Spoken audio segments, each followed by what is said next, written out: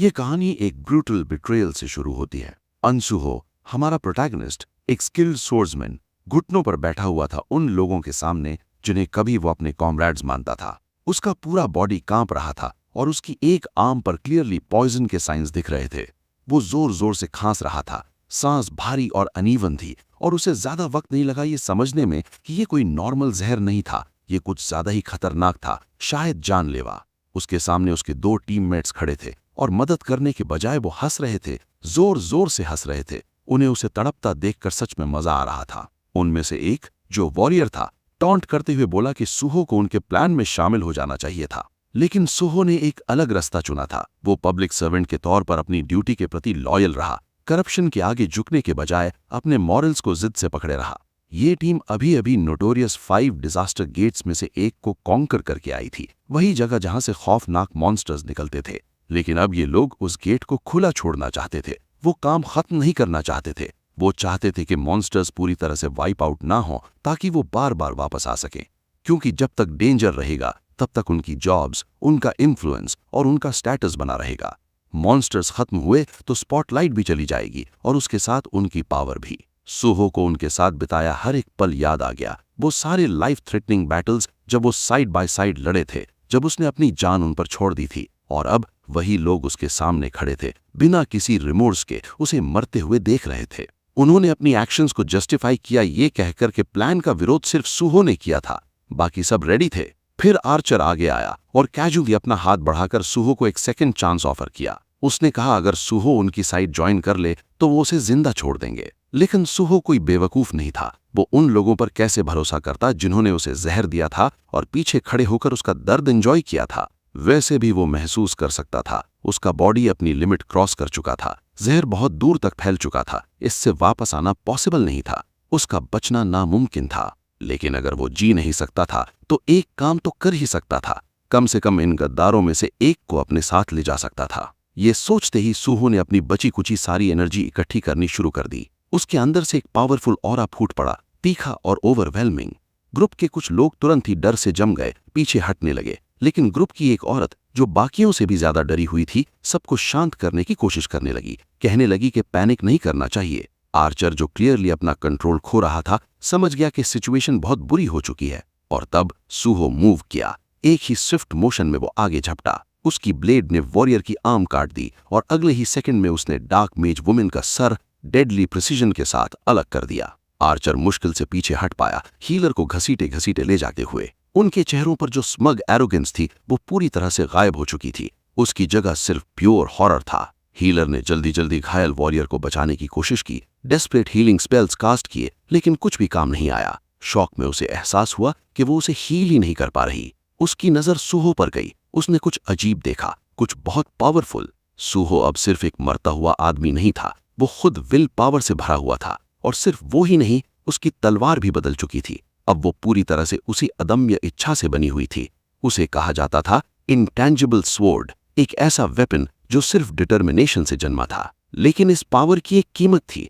जो एनर्जी उसे खड़ा रखे हुए थी वो आखिरकार खत्म हो गई। सुहो की ताकत जवाब दे गई और उसका बॉडी ढह गया। वो लड़खड़ाया और पीछे की तरफ गिरता हुआ एक क्लिफ से नीचे चला गया। गहरी घाटियों में गिरता हुआ उनकी नजरों से गायब हो गया, अपने पीछे सिर्फ सन्नाटा छोड़कर। सुहो ने धीरे धीरे आंखें खोली और चारों तरफ के शोर शराबे की आवाज सुनी। लोग चिल्ला रहे थे, सायरन्स बज रही थी और दौड़ते हुए कदमों की आवाज आ रही थी। उसे एक फायर फाइटर उठाकर ले जा रहा था, लेकिन उसे समझ ही नहीं आ रहा था कि हो क्या रहा है। उसका सर घूम रहा था, दिमाग भरा हुआ और कंफ्यूज था। सब कुछ अनरियल लग रहा था, जैसे कोई सपना या नाइटमेयर। फायर फाइटर भीड़ भरी पैनिक में डूबी सड़कों से होते हुए उसे एक डेजिग्नेटेड सेफ जोन की तरफ ले जा रहा था।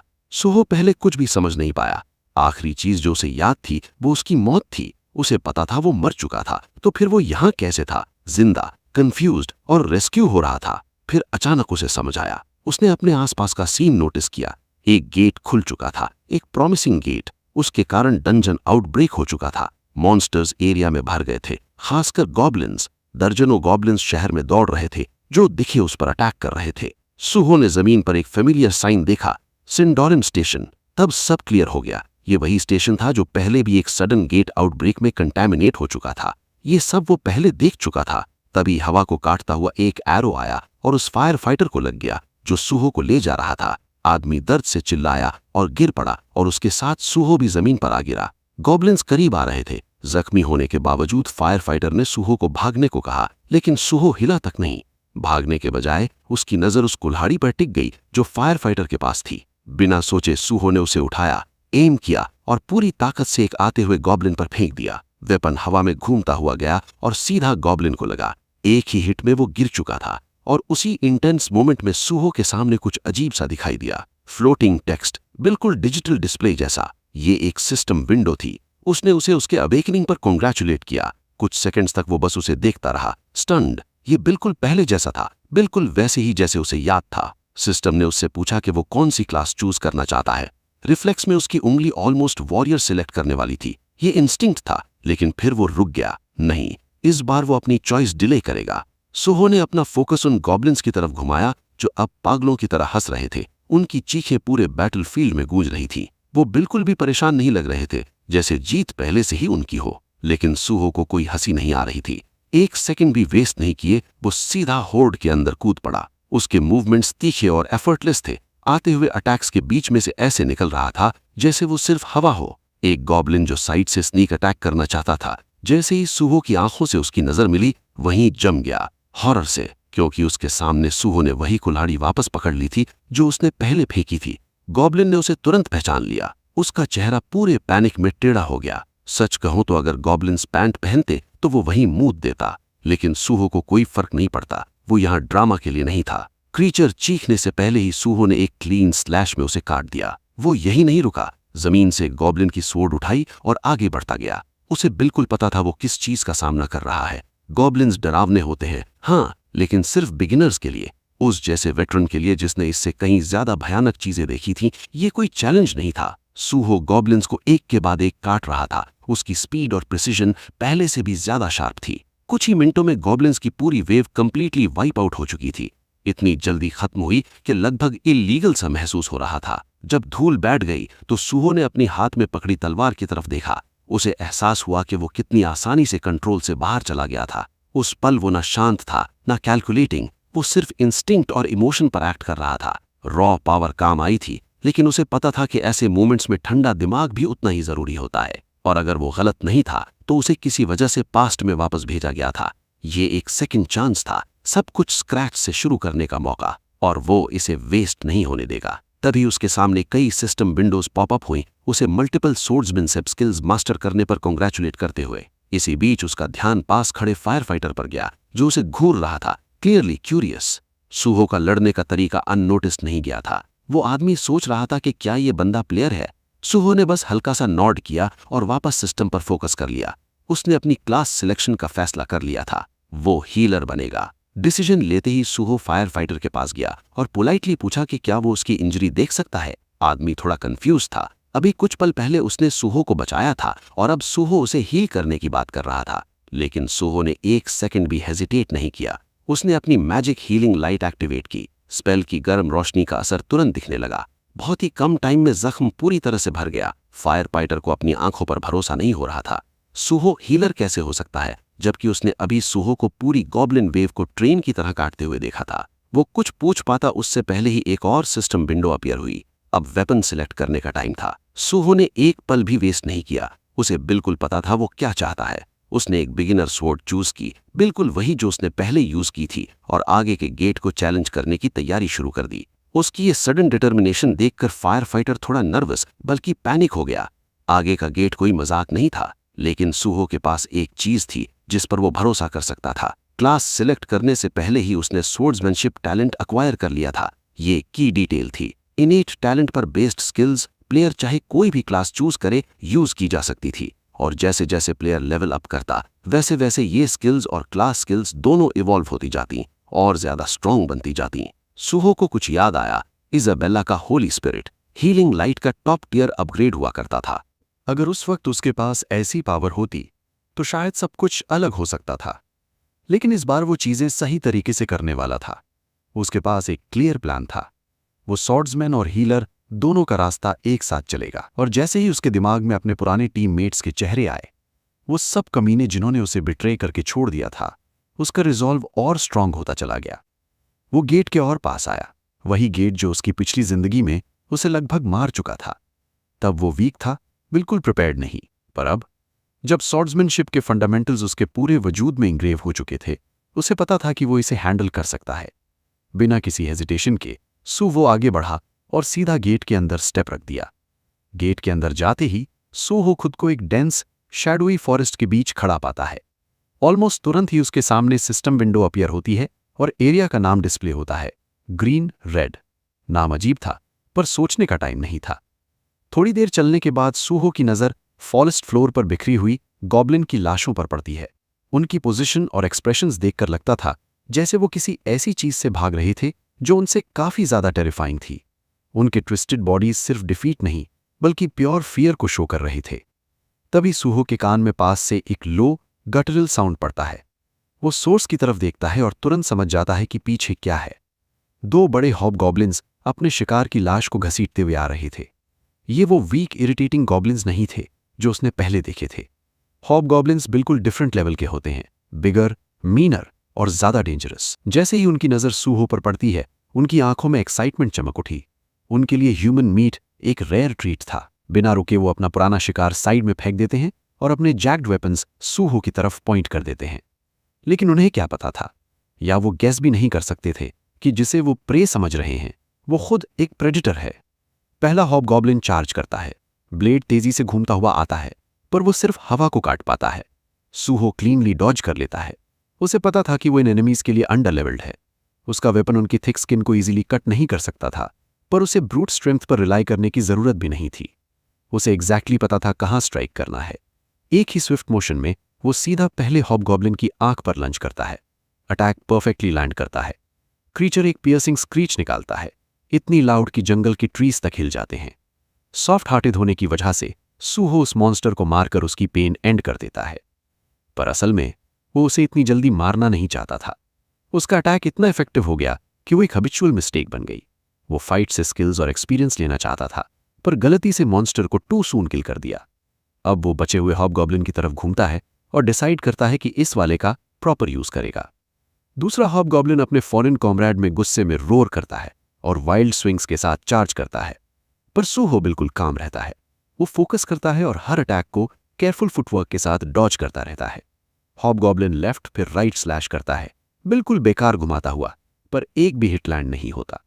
इस दुनिया में सेम एक्शन को बार बार रिपीट करने से उससे रिलेटेड स्किल मिल सकती थी। सूहो ये बात जानता था। कुछ और अटैक से वेट करने के बाद उसके चेहरे पर एक छोटी सी ग्रिन आ जाती है। उसने डॉज स्किल ऑब्टेन कर ली थी, पर वो अभी डन नहीं था। अब उसका टारगेट था सेकंड स्किल। सूहो इनकमिंग स्ट्राइक्स को पैरी करना स्टार्ट करता है, बिल्कुल प्रिसाइज टाइमिंग के साथ। पैरिंग सिर्फ एक बेसिक मूव नहीं होता, इसकी रूट्स वेपन बेस्ड कॉम्बैट में डीप होती हैं और ये कई एडवांस स्किल्स का फाउंडेशन होता है। ये एसेंशियल था और सूहो इसे चाहता था। कुछ और सक्सेसफुल पैरीज के बाद सिस्टम फाइनली नोटिफाई करता है कि उसने पैरी स्किल गेन कर ली है। अनफॉर्चुनेटली तब तक हॉबगॉब्लिन थक चुका होता है।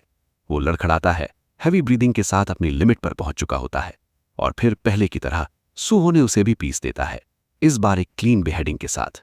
ये क्रुएल्टी नहीं थी, सिर्फ नेसेसिटी थी। अब दो फ्रेश स्किल्स के साथ वो और फाइट करने के लिए तैयार था।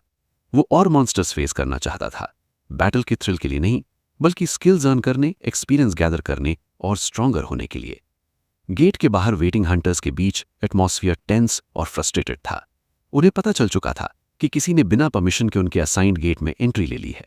जैसे ही ये न्यूज स्प्रेड होती है, गालियां इधर उधर उड़ने लगती हैं। ज्यादा लोग गुस्से में थे और इसे डिसरिस्पेक्ट समझ रहे थे। कुछ लोग तो ऑलरेडी प्लान बना रहे थे कि जैसे ही वो मिस्ट्री इंट्रूडर बाहर निकले, उसे लेसन सिखाया जाए। इसी बीच गेट से थोड़ी दूर पर एक फायर फाइटर कुछ सूट पहने लोगों के साथ सीरियस कॉन्वर्सेशन में था। ये लोग हंटर एसोसिएशन से थे और स्पेसिफिकली सूवो नाम के हंटर के बारे में पूछ रहे थे। फायर फाइटर ने कुछ भी छुपाया नहीं और जो भी उसने देखा था सब बता दिया। उसके हिसाब से सूहो कोई ऑर्डिनरी हंटर नहीं था। उसने अकेले ही ज़ॉम्बीज के पूरे होड़ को वाइप आउट कर दिया था और केओस के बीच अपने वुंड्स को हील भी किया था। रिपोर्ट सुनते ही एक ऑफिसर विजिबली सरप्राइज हो जाता है। वो लेट नहीं आया था, फिर भी जब तक वो पहुंचा, goblins already completely wiped out थे, और ऊपर से जो रिस्पॉन्सिबल था वो सपोजिटली एक हीलर था। पहले तो उसने इसे ब्रश ऑफ कर दिया, बोलते हुए कि ऐसा पॉसिबल नहीं है। उनके एक्सपीरियंस में हीलर्स के पास इतनी कॉम्बैट पावर नहीं होती। लेकिन अगर ये बंदा सच में गॉब्लिन गेट सोलो क्लियर कर गया था, तो उसे इग्नोर नहीं किया जा सकता। अगर उसने ये कर दिखाया है तो उन्हें इसे रिक्रूट करना ही होगा। उधर सूहो फील्ड में बिजी था, लगातार हॉबगॉब्लिन्स हंट करता हुआ और एक के बाद एक एक्सपीरियंस पॉइंट्स कलेक्ट करता हुआ। वो फास्ट और एफिशिएंट मूव कर रहा था। वो आसानी से मल्टीपल हॉबगॉब्लिन्स के सिर एक साथ काट देता है। उसके अटैक्स क्लीन और कंट्रोल्ड थे। उसने जानबूझकर एक हॉबगॉब्लिन को जिंदा छोड़ दिया। सूहो की सिर्फ एक ग्लेयर ही काफी थी और वो मॉन्स्टर उसैन बोल्ट से भी तेज भाग पड़ा। ये बिल्कुल वही था जो सूहो शुरू से चाहता था। वो चाहता था कि वो भागे और अपनी काइंड को वापस लेकर आए। थोड़ी देर के ब्रेक के बाद सूहो अपना स्टेटस चेक करता है। जो हॉबगॉब्लिन्स उसने अभी हराए थे उनकी वजह से उसके स्टैट्स और स्किल्स काफी इंप्रूव हो चुके थे। आसपास पड़ी गॉब्लिन की लाशों को देखकर उसके दिमाग में एक और थॉट आता है। उन बॉडीज में अभी भी कुछ यूजफुल था, मैजिक स्टोन्स। ये डी ग्रेड मैजिक स्टोन्स थे, ज्यादा रेयर नहीं, पर एक स्टोन लगभग 50,000 का बिक सकता था। ये काफी बड़ी वजह थी। नॉर्मल कंडीशंस में वो इस काम में टाइम वेस्ट नहीं करता, पर इस वक्त उसकी फाइनेंशियल सिचुएशन हंटर से ज्यादा बेगर जैसी थी, इसीलिए वो इन स्टोन्स को वेस्ट नहीं करने वाला था। वो एक एक करके फॉलन मॉन्स्टर्स से स्टोन्स निकालता है और सबको केयरफुली अपनी इन्वेंट्री में स्टोर कर लेता है। लूट कलेक्ट करने के बाद उसे जेन्युइनली सेटिस्फैक्शन फील होती है, पर जैसे ही वो थोड़ा रिलैक्स करने वाला होता है वो काम टूट जाता है।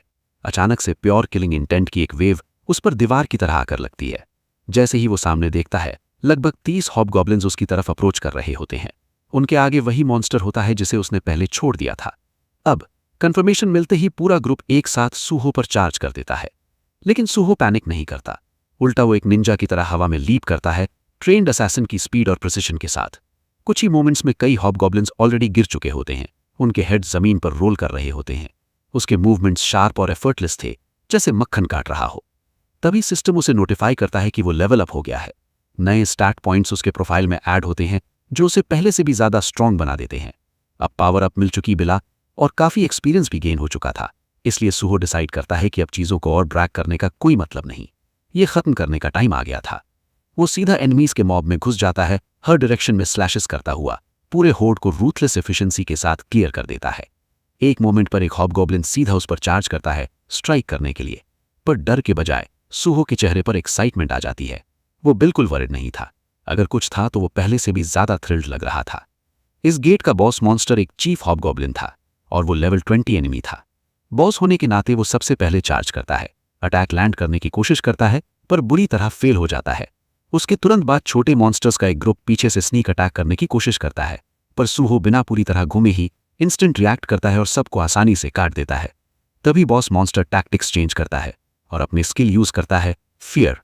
ये फियर स्किल खतरनाक होती है। ये टारगेट को पैरालाइज कर देती है और इसे पूरे टेरर की स्टेट में ढकेल देती है।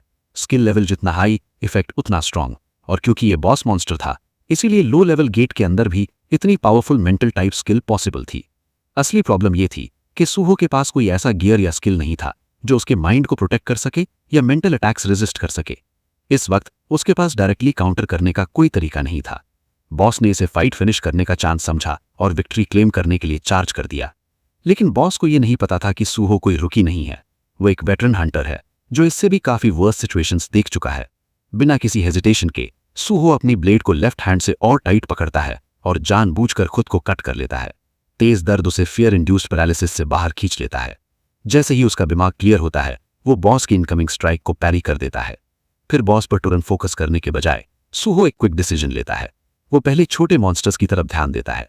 कुछ ही सेकंड्स में वो पूरे बैटलफील्ड में मूव करता है और एक एक करके सबको काट देता है। सिर्फ कुछ ही पलों में वो गेट के अंदर के सारे हॉबगोब्लिन्स वाइप आउट कर देता है और पीछे सिर्फ बॉस को छोड़ देता है। बॉस से वापस भिड़ने से पहले वो अपने लेफ्ट आर्म की वूंड को हील करता है। अब डिस्ट्रैक्शंस खत्म हो चुकी थीं और उसका बॉडी भी रेडी था। अब सिर्फ वो और बॉस बचे थे, 1-on-1, कोई इंटरप्शन नहीं।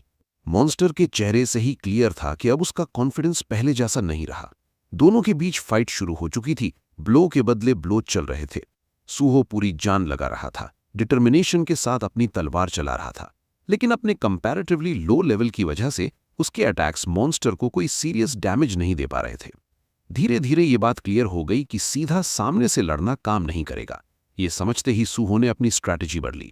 अंधाधुंध अटैक करने के बजाय उसने सीधा मॉन्स्टर की थाई में तलवार घुसा दी, एक वीक स्पॉट को टारगेट करते हुए, ताकि उसकी मूवमेंट स्लो हो जाए। इसके रिस्पॉन्स में मॉन्स्टर ने फिर से अपनी फियर स्किल एक्टिवेट की, ये सोचकर कि सूहो को पैरालाइज करके अपर हैंड ले लेगा, लेकिन इस बार वो काम नहीं आई। जब कोई एक बार अपने डर को पार कर लेता है तो डर का असर टूट जाता है, और सूहो पहले ही इसे फेस करके जीत चुका था। अब जब वो फियर से अफेक्ट नहीं हो रहा था, सूहो ने सारे अटैक्स उसी एक जगह पर फोकस कर दिए। वो बार बार इंजर्ड थाई पर स्लैश करता रहा, उस वीकनेस को रिलेंटलेसली एक्सप्लॉइट करता हुआ। कुछ और प्रिसाइज और पावरफुल हिट्स के बाद बॉस मॉन्स्टर आखिरकार जमीन पर गिर पड़ा, मुश्किल से जिंदा, क्लियरली मौत के किनारे। लेकिन सूहो अभी खत्म नहीं हुआ था। फाइनल ब्लो देने के बजाय उसने अचानक अपनी हीलिंग लाइट यूज की, जो नॉर्मली हेल्थ रिस्टोर करने के काम आती है, और उससे मॉन्स्टर को हील कर दिया। क्रीचर जो पहले ही कंफ्यूज्ड और आधा मरा हुआ था, अब पूरी तरह से हिल गया। उसे समझ ही नहीं आ रहा था कि जिस इंसान ने उसे लगभग मार दिया वही अब उसे हील क्यों कर रहा है। उधर सूहो के लिए ये मोमेंट खुशी का था। उसे रियलाइज हो गया था कि वो इस फाइट को लंबा खींच सकता है। बार बार अटैक करके और फिर हील करके वो मॉन्स्टर को ट्रेनिंग टूल की तरह यूज कर सकता था। कुछ टाइम तक ये अजीब साइकिल चलता रहा, अटैक, इंजर, हील, रिपीट, और हर राउंड के साथ सूहो और स्ट्रांग होता गया। उसकी स्किल्स स्टेडीली इंप्रूव होती रहीं और आखिरकार उनमें से कई ए और बी रैंक तक अपग्रेड हो गईं। उधर बॉस मॉन्स्टर, जो कभी प्राउड और टेरिफाइंग था, अब सिर्फ प्योर फियर से भरा हुआ था। वो सूहो की तरफ देखने तक की हिम्मत नहीं जुटा पा रहा था। अब जब सूहो ने इस जगह से जो सीखना था वो सब सीख लिया, तो और कुछ गेन करने को बचा नहीं था। इस ट्रायल में मॉन्स्टर का रोल खत्म हो चुका था, उसका पर्पस पूरा हो गया था।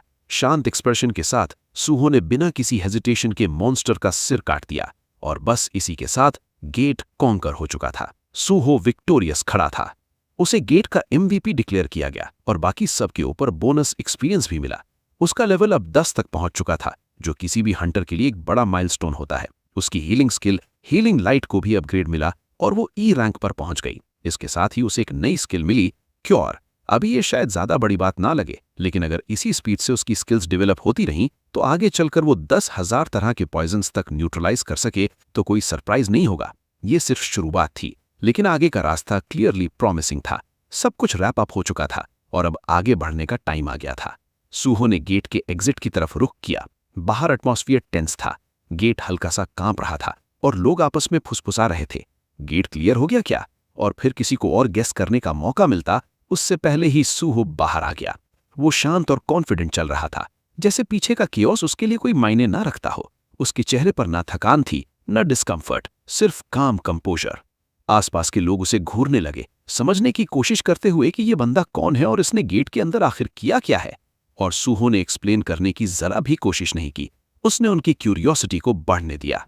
कुछ ही देर में कई गिल्ड्स के लोग भागते हुए आ गए। सब उस मिस्टीरियस आदमी को ढूंढने आए थे जिसने अकेले गेट कॉन्कर कर लिया था। लेकिन सूहो ने हर ऑफर, हर स्काउट, हर इन्विटेशन को इग्नोर कर दिया। उसे कोई इंटरेस्ट नहीं था। वो सबके पास से सीधा आगे बढ़ा और एक फॉर्मल सूट पहने हुए आदमी के सामने जाकर रुका। शांत और कॉन्फिडेंट टोन में सूहो ने उसे ग्रीट किया। यह आदमी कोई ऑर्डिनरी ऑफिशियल नहीं था। ये साउथ कोरियन हंटर एसोसिएशन का टीम लीडर था, योंग चरोलिन। और उसके चेहरे पर जो कंफ्यूजन था, उससे क्लियर था कि वो गेट कॉन्कर करने वाले इंसान से इस तरह मिलने की एक्सपेक्टेशन में बिल्कुल नहीं था। सीन शिफ्ट होता है साउथ कोरियन हंटर एसोसिएशन के अंदर, जहां टीम लीडर योंग और सूहो एक दूसरे के आमने सामने बैठे हुए थे। सरफेस पर यह नॉर्मल रजिस्ट्रेशन मीटिंग लग रही थी, लेकिन चुलमन का दिमाग कहीं और ही अटका हुआ था। उसके थॉट्स बार बार उनकी पहली मुलाकात की तरफ जा रहे थे। उसे याद आया कैसे दोनों कैजुअली हाथ मिला रहे थे और सूहो ने कैसे कहा था कि वो ऑलरेडी हंटर एसोसिएशन जा रहा है। पहले चुलमन ने अज्यूम किया था कि ये बस लाइसेंस रिन्यूअल के लिए होगा, जो एक्सपीरियंस्ड हंटर्स अक्सर करते रहते हैं। लेकिन जैसे जैसे बात आगे बढ़ी, ये क्लियर हो गया कि सूहो इनिशियल रजिस्ट्रेशन के लिए आया है। ये बात चुलमन को ऑफ गार्ड पकड़ गई। वो अभी तक ये प्रोसेस ही कर रहा था कि कैसे सूहो जैसा बंदा जो हीलर के रूप में रजिस्टर्ड है, अकेले पूरा गेट क्लियर कर सकता है। और ऊपर से सूहो का बिहेवियर बिल्कुल शांत, कैजुअल, स्नैक्स चबाते हुए, जैसे ये कोई नॉर्मल दिन हो। चुलमन ने उसके एप्टीट्यूड टेस्ट रिजल्ट्स को बार बार देखा। स्टेटिस्टिकली सूहो ज्यादा हीलर से वॉरियर लग रहा था। नंबर्स झूठ नहीं बोलते। उसके पास फिजिकल स्ट्रेंथ थी, कॉम्बैट इंस्टिंक्ट्स थे और वो कंपोजर था जो नॉर्मली फ्रंट लाइन फाइटर्स में होता है। ये सब सेंस नहीं बना रहा था। जब चुलमन अपने ख्यालों में खोया हुआ था, तब सूहो ने पूछकर उसे वापस प्रेजेंट में खींच लिया कि क्या कोई प्रॉब्लम है। चुलमन होश में आया और फिर रूटीन क्वेश्चंस पूछने लगा, बैकग्राउंड, एजुकेशन वगैरह। और तब और पीसेस कनेक्ट होने लगे। पता चला कि सूहो कॉलेज ड्रॉप आउट था। वो फिजिकल एजुकेशन पढ़ रहा था, फिर छोड़ दिया। उस डिपार्टमेंट के ज्यादातर स्टूडेंट्स हंटर फील्ड में आते वक्त वॉरियर या आर्चर जैसे कॉम्बैट क्लासेस चूज करते हैं, लेकिन सूहो ने अलग रास्ता चुना। उसने हीलर क्लास ली और रीजन सिंपल था, उसे लड़ना पसंद नहीं था। फिर उसने गेट के अंदर क्या हुआ वो एक्सप्लेन किया, बिल्कुल सीधे, ऑलमोस्ट डिटैच तरीके से। उसने एक इंपॉर्टेंट डिटेल छोड़ दी, ये बात कि सब कुछ उसके लिए बहुत ही आसान था। उसने बस इतना कहा कि वो सरवाइव करने के लिए लड़ा और बात वहीं खत्म हो गई। लेकिन जैसे ही सूहो ने कैजुअली चीफ हॉबगॉब्लिन का मेंशन किया, चुलमन एकदम स्टिफ हो गया। कुछ था जो उसे सही नहीं लग रहा था। चीफ हॉबगॉब्लिन्स वाले गेट्स इजी नहीं होते, ये बात नोन थी। सूहो ने उसकी डिस्कम्फर्ट नोटिस की और शांति से अपना इन्वेंट्री ओपन किया। अगले ही पल उसने गेट से कलेक्ट किया हुआ सारा लूट टेबल पर गिरा दिया। हेवी थड के साथ आइटम्स गिरे और चुलमन पूरी तरह से शॉक हो गया। उसकी आंखें फैल गईं और एक पल के लिए वो ऑलमोस्ट पैनिक कर गया। ये वही मैजिक क्रिस्टल्स थे जो सूहो ने हॉबगॉब्लिन से निकाले थे। छोटे वाले नॉर्मल हॉबगॉब्लिन्स के थे और एक बड़ा ज्यादा रिफाइंड क्रिस्टल हॉबगॉब्लिन चीफ का था। क्योंकि सूहो को उनकी एग्जैक्ट वैल्यू का आइडिया नहीं था, उसने पोलाइटली टीम लीडर से पूछा कि क्या वो इन्हें प्रोसेस करवा सकते हैं। कंपोज्ड रहने की पूरी कोशिश के बावजूद चुलमन की नजर लूट से हट ही नहीं रही थी। ये एक अच्छा हॉल था। खुद को संभालते हुए चुलमन ने सूहो की तरफ सीरियसली देखा और पूछा कि क्या वो सच में हंटर बनना चाहता है। सूहो ने सिर्फ नॉट किया और उस एक सिंपल अग्रीमेंट से टीम लीडर की आंखों में रियल एक्साइटमेंट आ गई।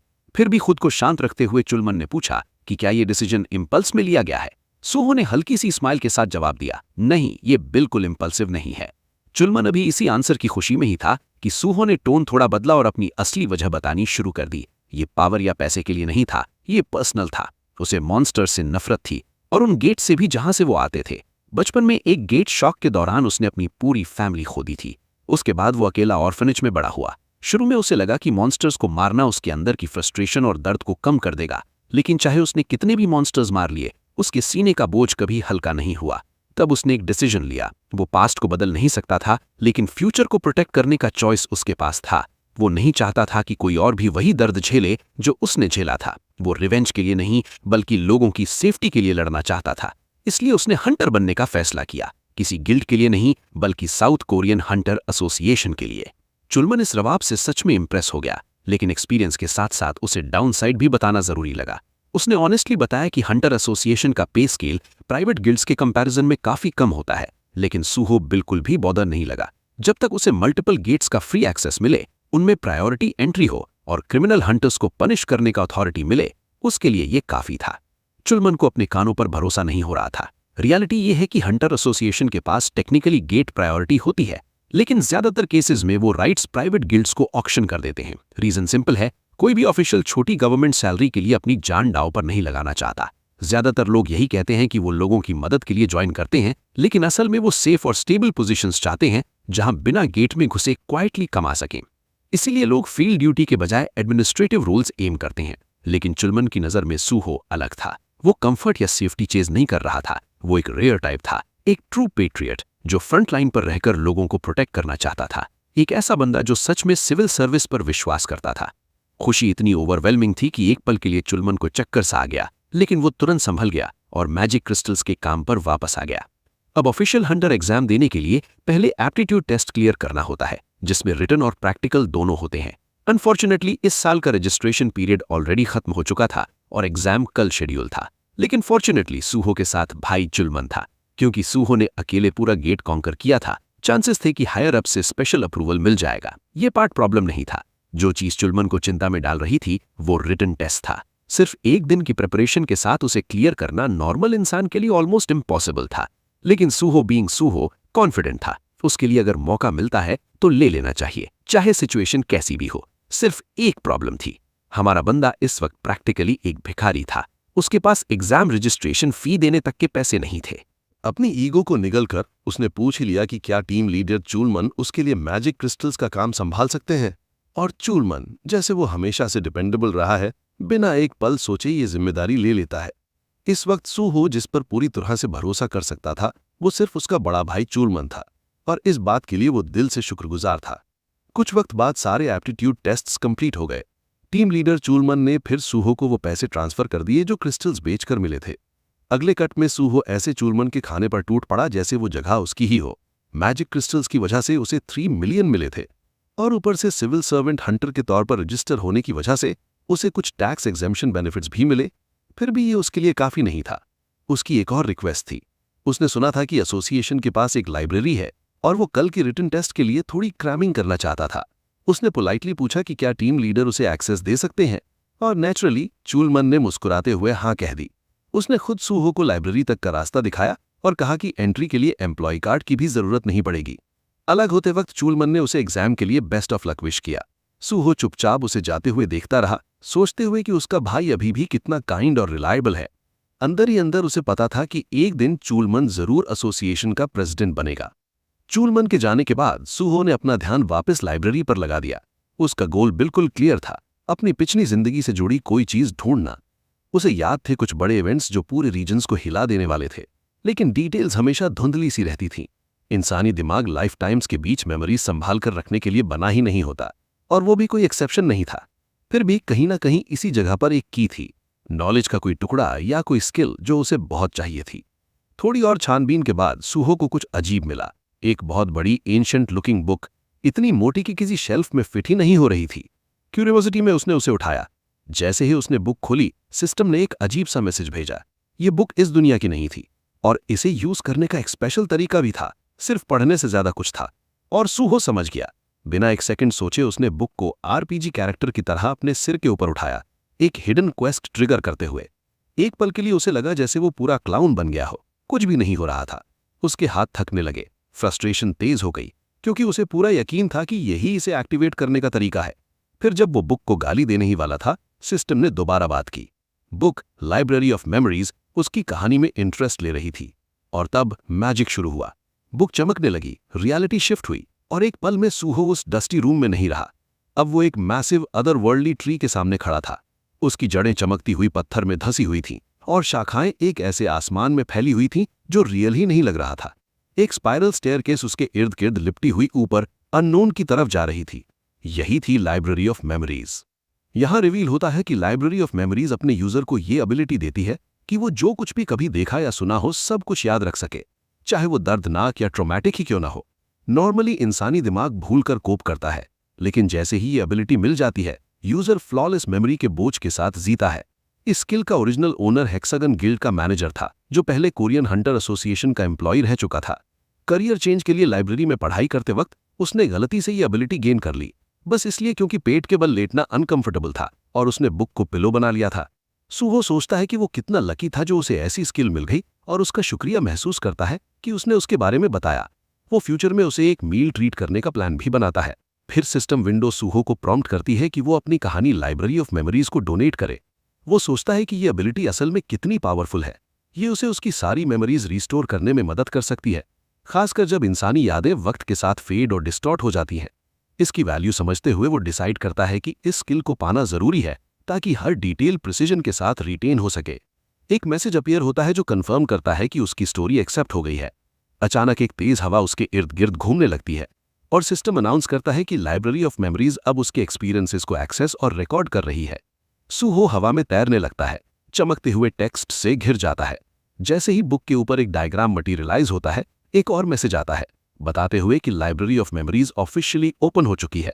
ये जो कुछ भी उसने देखा या सुना है सब स्टोर करेगी, जब चाहे एक्सेस देने के साथ साथ इंपॉर्टेंट इंफॉर्मेशन सजेस्ट भी करेगी। सूहो अपने हाथ को देखता है, महसूस करता है कि रिकॉर्डिंग प्रोसेस थोड़ा ऑफ लग रहा है, शायद इसलिए क्योंकि ये पूरी जगह ही एक इल्यूजन है। अब जब उसके पास ये स्किल आ चुकी थी, सूहो ने इसे टेस्ट करने का फैसला किया। वो आंखें बंद करता है और एक पिछली बैटल को याद करता है। वहां वो खुद को गंभीर रूप से जख्मी देखता है। वो पल पूरी इंटेंसिटी के साथ वापस आ जाता है। इमोशंस एक साथ उभर आते हैं और उसके अंदर गुस्सा फिर से भड़क उठता है, ये कंफर्म करते हुए कि मेमोरीज कितनी क्लियर हैं। वो उन लोगों को देखता है जिन्होंने उसे धोखा दिया था, जिन्हें अब वो सेल्फिश कावर्ड्स के रूप में पहचान चुका था, जिन्होंने सिर्फ अपनी जान बचाने के लिए गेट सील करना डिले किया था। वो कसम खाता है कि वो उन्हें कभी माफ नहीं करेगा और ना ही भूलेगा। उसकी कॉन्शियसनेस अनेक सिस्टम विंडोज के बीच तैरती रहती है। ये मेमोरी उसे हिला देती है और वो विश करता है कि काश उसने कुछ कम दर्दनाक चीज रिकॉल की होती। तभी अचानक एक सिस्टम विंडो में एक शॉकिंग नोटिफिकेशन दिखाई देता है। उसे और स्ट्रांग बनने का मौका दिया जा रहा है। रेल्म ऑफ द ट्रांसेंडेंट तक पहुंचने वाला पहला इंसान होने के नाते सिस्टम प्लेयर अनसूहो के लिए रीबूट होने का अनाउंस करता है। वो बोल भी नहीं पाता जब उसके इर्द गिर्द की दुनिया नॉर्मल हो जाती है। उसके दिमाग में एक थॉट आता है, क्या सिस्टम ने उसे सच में टाइम में पीछे भेजा है? उसे याद आता है कि वो एक बार डिवाइन स्वॉर्ड के साथ यूनिटी की स्टेट तक पहुंच गया था और पहली SS रैंक की स्किल हासिल की थी, लेकिन अब ट्रांसेंडेंस तक पहुंचने वाले पहले होने के नाते उसे एक नया मौका दिया जा रहा है। ऐसा मौका जो किसी ने पहले कभी एक्सपीरियंस नहीं किया। सूहो धीरे धीरे समझने लगता है कि उसका पास्ट में वापस आना शायद सिर्फ कोइंसिडेंस नहीं था। अगले ही पल वो टैक्सी से एक जगह पर पहुंचता है। गाड़ी से उतरते हुए वो सोचता है कि ये सेकंड चांस कितना मीनिंगफुल है। अब उसके पास मौका है उन डिजास्टर्स को रोकने का जो कभी उसकी जिंदगी बर्बाद कर चुके थे, और अनप्रिडिक्टेबल गेट्स को हैंडल करने का जिन्होंने अनेक जानें ली थीं। वो डिसाइड करता है कि इस बार गेट्स को पहले से भी तेजी से टैकल करेगा। हर सेकंड के इंपॉर्टेंस को याद रखते हुए वो आगे बढ़ता है। जल्द ही वो एक बहुत बड़ी बिल्डिंग के सामने पहुंचता है। उसके सामने खड़े होकर वो उसके शेयर साइज से इंप्रेस हो जाता है और मानता है कि ये देश की सबसे बड़ी प्राइवेट हंटर एकेडमी है। वो इसे अपने फ्यूचर को सिक्योर करने के लिए पैसा कमाने की एक अच्छी जगह भी मानता है। पक्के इरादे के साथ वो अंदर चला जाता है। एक चेयरफुल रिसेप्शनिस्ट उसे ग्रीट करती है और विजिट का रीजन पूछती है। सूहो जवाब देता है कि वो डायरेक्टर किम से मिलना चाहता है। रिसेप्शनिस्ट हैरान होकर पूछती है कि क्या उसका अपॉइंटमेंट है। सूहो मना करता है, लेकिन कहता है कि बात इंपॉर्टेंट है। वो बस इतना कहता है, syndrome station pre catastrophe gate का सोलो कॉन्करर यहां आया है।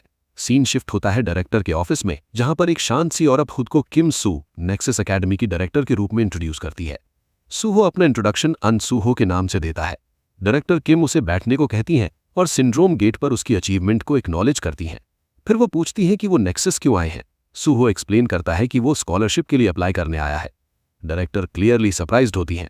सूहो कंफर्म करता है और बताता है कि वो कल होने वाले हंटर लाइसेंस टेस्ट में भी बैठना चाहता है। सिचुएशन को समझने की कोशिश करती हुई डायरेक्टर किम पूछती है कि उसे अवेकन हुए कितना समय हो गया है। सूहो शांत तरीके से जवाब देता है, आज।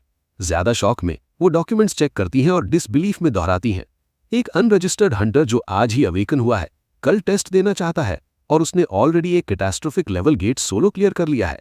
सूहो सब कंफर्म कर देता है। वो ऐड करता है कि हंटर एसोसिएशन में कनेक्शन की वजह से उसे एग्जाम में जगह मिल गई है। उसका गोल सिंपल है, फर्स्ट रैंक लाना। उसका कॉन्फिडेंट डिक्लेरेशन डायरेक्टर को और भी ज्यादा हैरान कर देता है। फिर सूहो अपनी कंडीशन रखता है, अगर वो फर्स्ट रैंक लाता है तो उसे ऑफिशियली नेक्सस स्कॉलरशिप स्टूडेंट का स्टेटस मिले, फुल फाइनेंशियल सपोर्ट के साथ।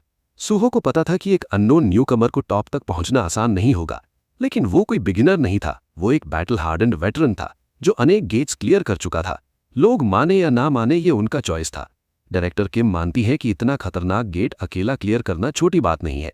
फिर भी वो याद दिलाती है कि हंटर टेस्ट बिल्कुल अलग चीज है, जिसका एवरेज पास रेट 20% से भी कम होता है। सूहो क्लियर कर देता है कि अगर वो फर्स्ट नहीं आता तो वो उसे इग्नोर कर सकते हैं और स्कॉलरशिप डील पूरी तरह से कैंसिल कर सकते हैं। इंट्रीग्ड होकर डायरेक्टर किम पूछती हैं कि उसने हेक्सागन या प्राइम जैसी ज्यादा प्रेस्टीजियस एकेडमीज के बजाय नेक्सस को क्यों चुना।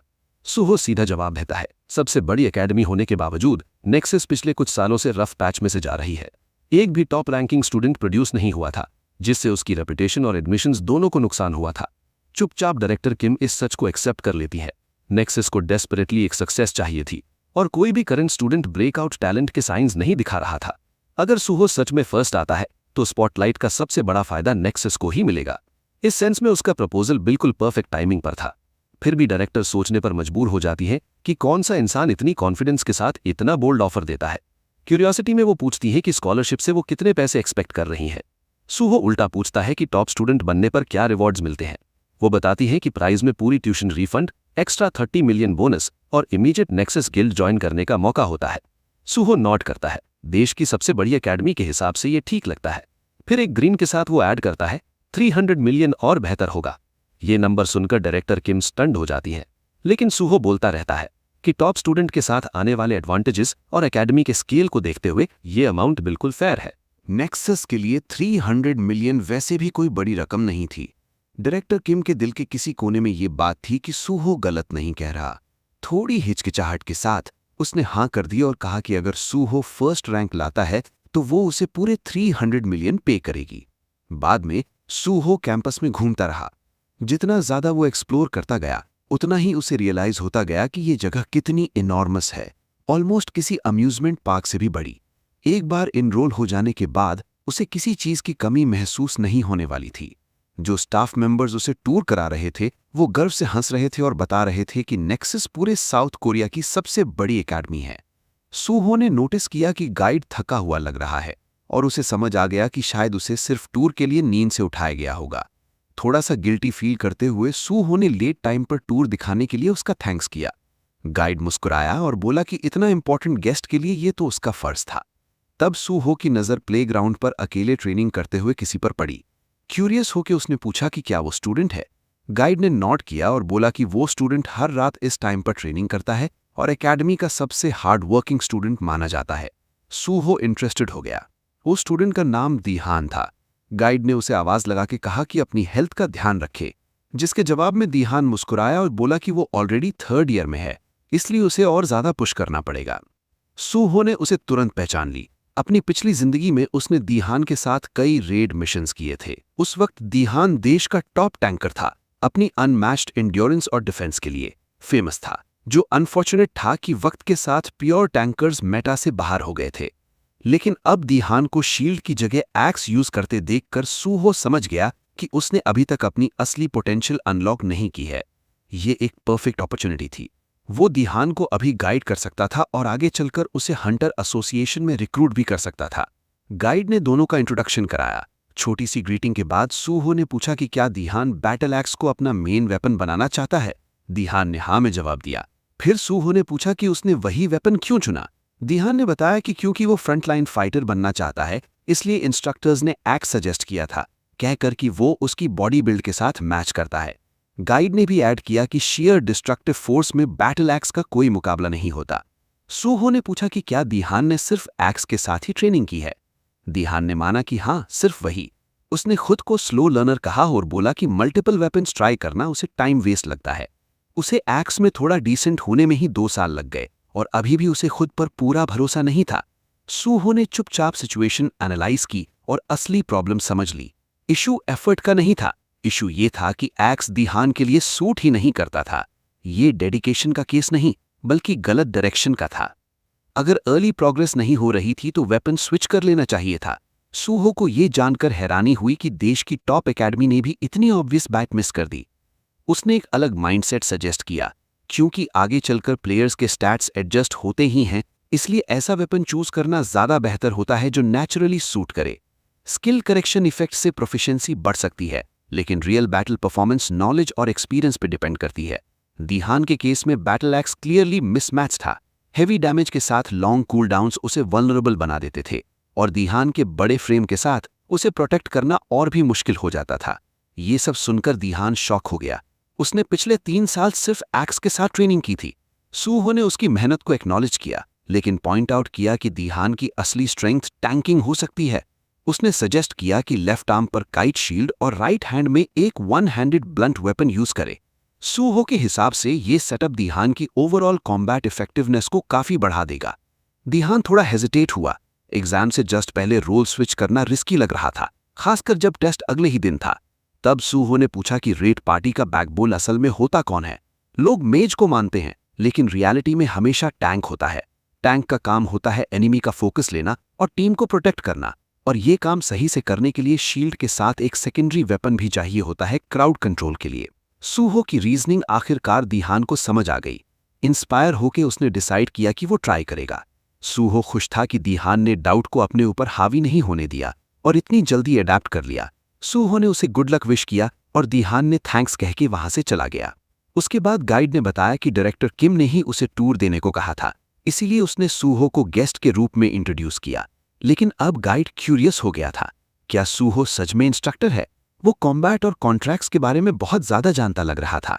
सूहो ने क्लैरिफाई किया कि वो इंस्ट्रक्टर नहीं है, हालांकि अंदर ही अंदर उसे भी लगा कि बिना लाइसेंस के इतना जानना थोड़ा सस्पिशियस लग सकता है। उसने कहा कि वो खुद को एक स्टेक होल्डर समझता है। गाइड ने नोट किया और बताया कि उसे अभी एक कॉल आया है। कॉन्ट्रैक्ट रेडी हो चुका था और उन्हें डायरेक्टर के ऑफिस वापस जाना था। फिर हंटर टेस्ट का दिन आ गया। एसोसिएशन बिल्डिंग के सामने का एरिया एग्जामिनीज से भरा हुआ था। सब हाथों में स्वॉर्ड्स लिए अपना हंटर लाइसेंस पाने के लिए रेडी थे। सब ने इस मोमेंट के लिए दिन रात मेहनत की थी, अपनी स्किल्स शार्पन की थी और पीक कंडीशन तक पहुंच गए थे। आयरॉनिकली सूहो, जिसने अकेला गेट क्लियर किया था, सबसे बुरी कंडीशन में था। टेस्ट खत्म होने के बाद सूहो बाहर निकला और टेस्ट के पर्पस पे सोचने लगा। ये डोपिंग कंसर्न्स की वजह से ऑर्गेनाइज किया गया था, लेकिन उसके हिसाब से ये मेजर्स काफी नहीं थे। ज्यादातर चीटर्स ड्रग्स यूज नहीं करते, वो स्किल बफ्स यूज करते हैं। टेस्ट के दौरान एक औरत और कुछ लोगों ने ऐसे मैजिक लेवल्स दिखाए जो लेवल 5 पर नेचुरल हो ही नहीं सकते। सिस्टम ने तब सूहो को नोटिफाई किया कि उसकी मैजिक सेंसिंग एबिलिटी काफी शार्प है। वो मैजिक डिटेक्शन स्किल को पूरी तरह से मास्टर कर चुका है। इसी वजह से उसे और चीजें नोटिस करना और भी आसान हो गया था।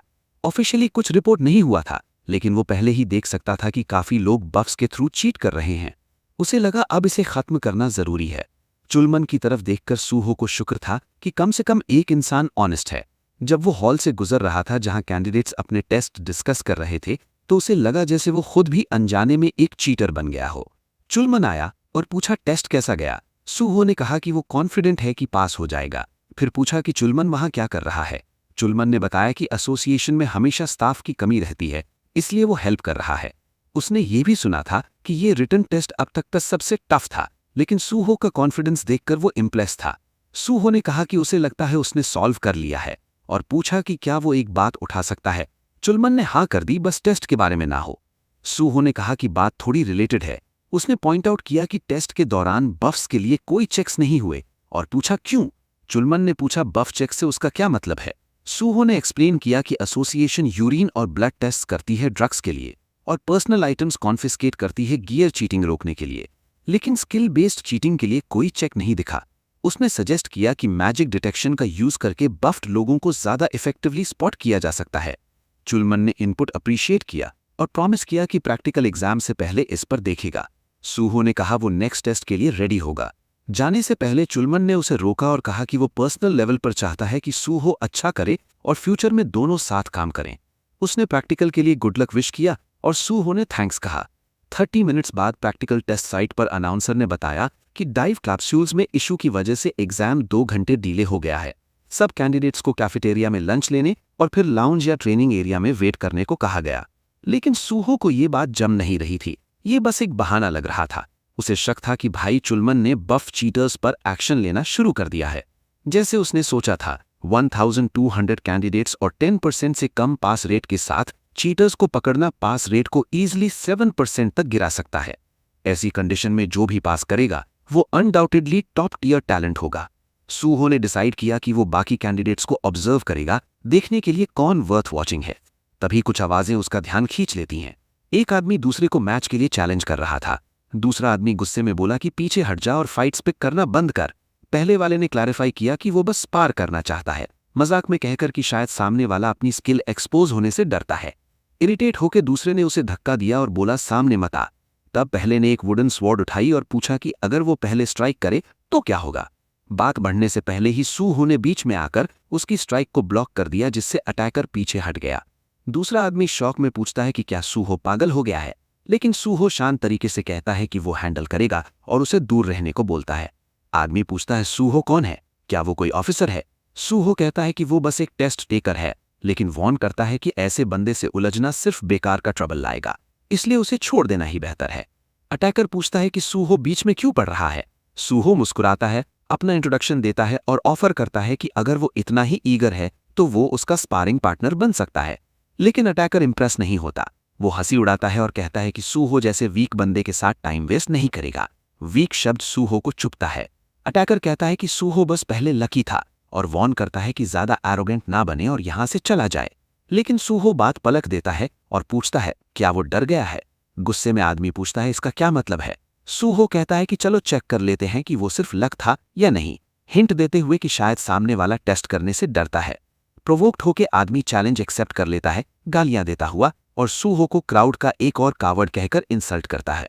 सूहो ने स्पार के लिए हाँ तो कर दी, लेकिन कहा कि पहले सुपरवाइजर की परमिशन लेनी चाहिए और डेजिग्नेटेड स्पारिंग अरीना का यूज करना चाहिए। परमिशन मिलते ही दोनों ट्रेनिंग अरीना में उतर गए, जिससे पास खड़े स्टूडेंट्स का ध्यान भी उधर चला गया। रेफरी ने उन्हें याद दिलाया कि सिर्फ एसोसिएशन के दिए हुए ट्रेनिंग वेपन्स ही यूज कर सकते हैं और अगर बात कंट्रोल से बाहर गई तो मैच तुरंत रोक दिया जाएगा। मैच शुरू होते ही अटैकर ने पहला चार्ज किया, अपनी वुडन सोर्ड घुमाते हुए। सूहो ने आसानी से ब्लॉक कर लिया। अटैकर हवा में उछला और ऊपर से स्लैश किया, लेकिन सूहो ने एफर्टलेसली डॉज कर लिया।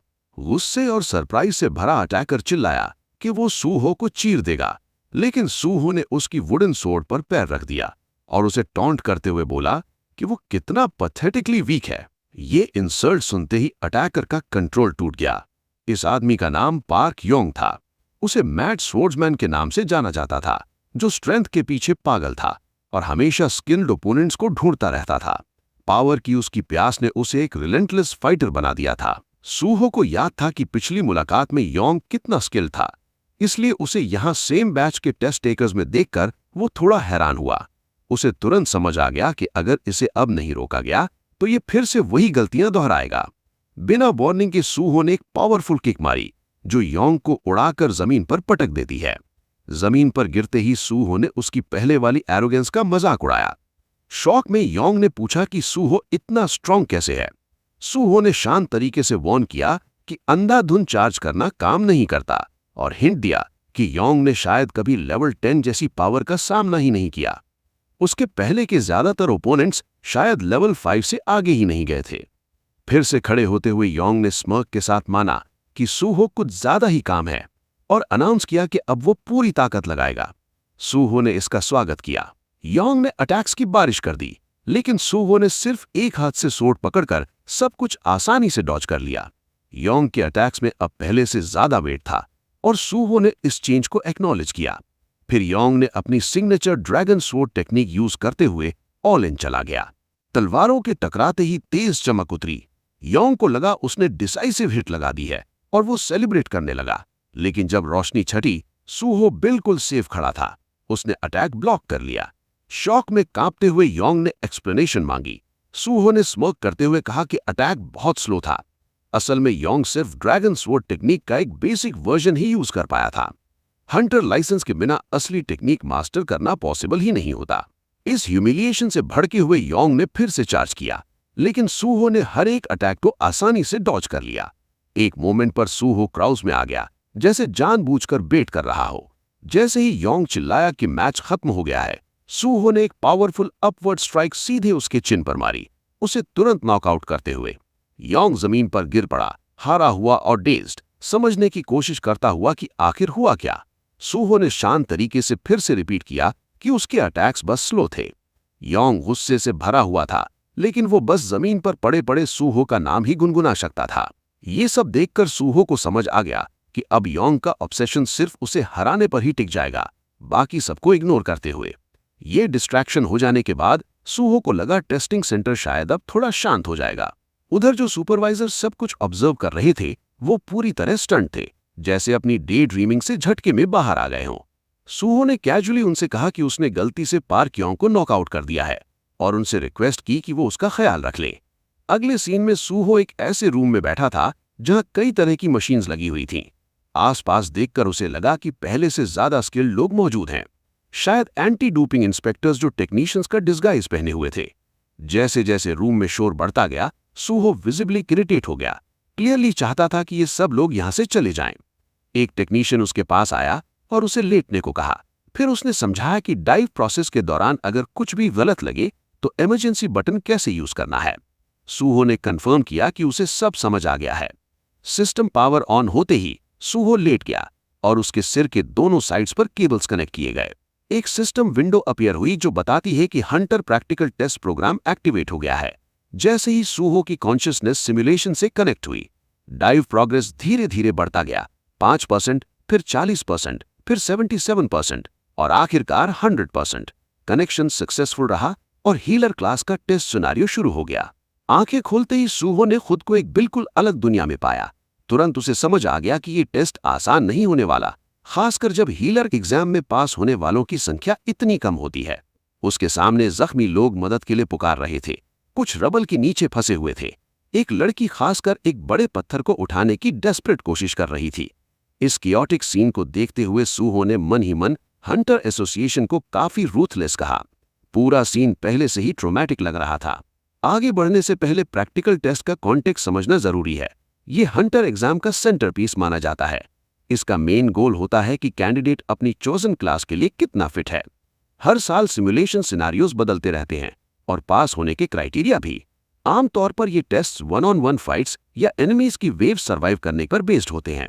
स्कोर डिपेंड करता है कि कैंडिडेट कितनी देर तक टिकता है और कितने एनिमीज को हराता है। लेकिन हीलर्स के लिए रूल्स अलग होते हैं। यहां सिर्फ हीलिंग पावर ही मैटर नहीं करती, सबसे ज्यादा वैल्यू सैक्रिफाइस को दी जाती है। जो हीलर्स दूसरों को बचाने के लिए अपनी जान दांव पर लगाते हैं उन्हें हाई स्कोर्स मिलते हैं। जैसे ही मॉन्स्टर्स करीब आने लगे, सूहो ने टेस्ट के नेचर पर सोचा। इस सिनारियो में हीलर से ये एक्सपेक्ट किया जाता है कि वो पेशेंट को बचाते हुए मर जाए, प्रॉब्लम ये थी कि उसके अपने स्टैट्स अभी भी एक्टिव थे। आगे बढ़ते हुए उसने जमीन पर एक सोट देखी।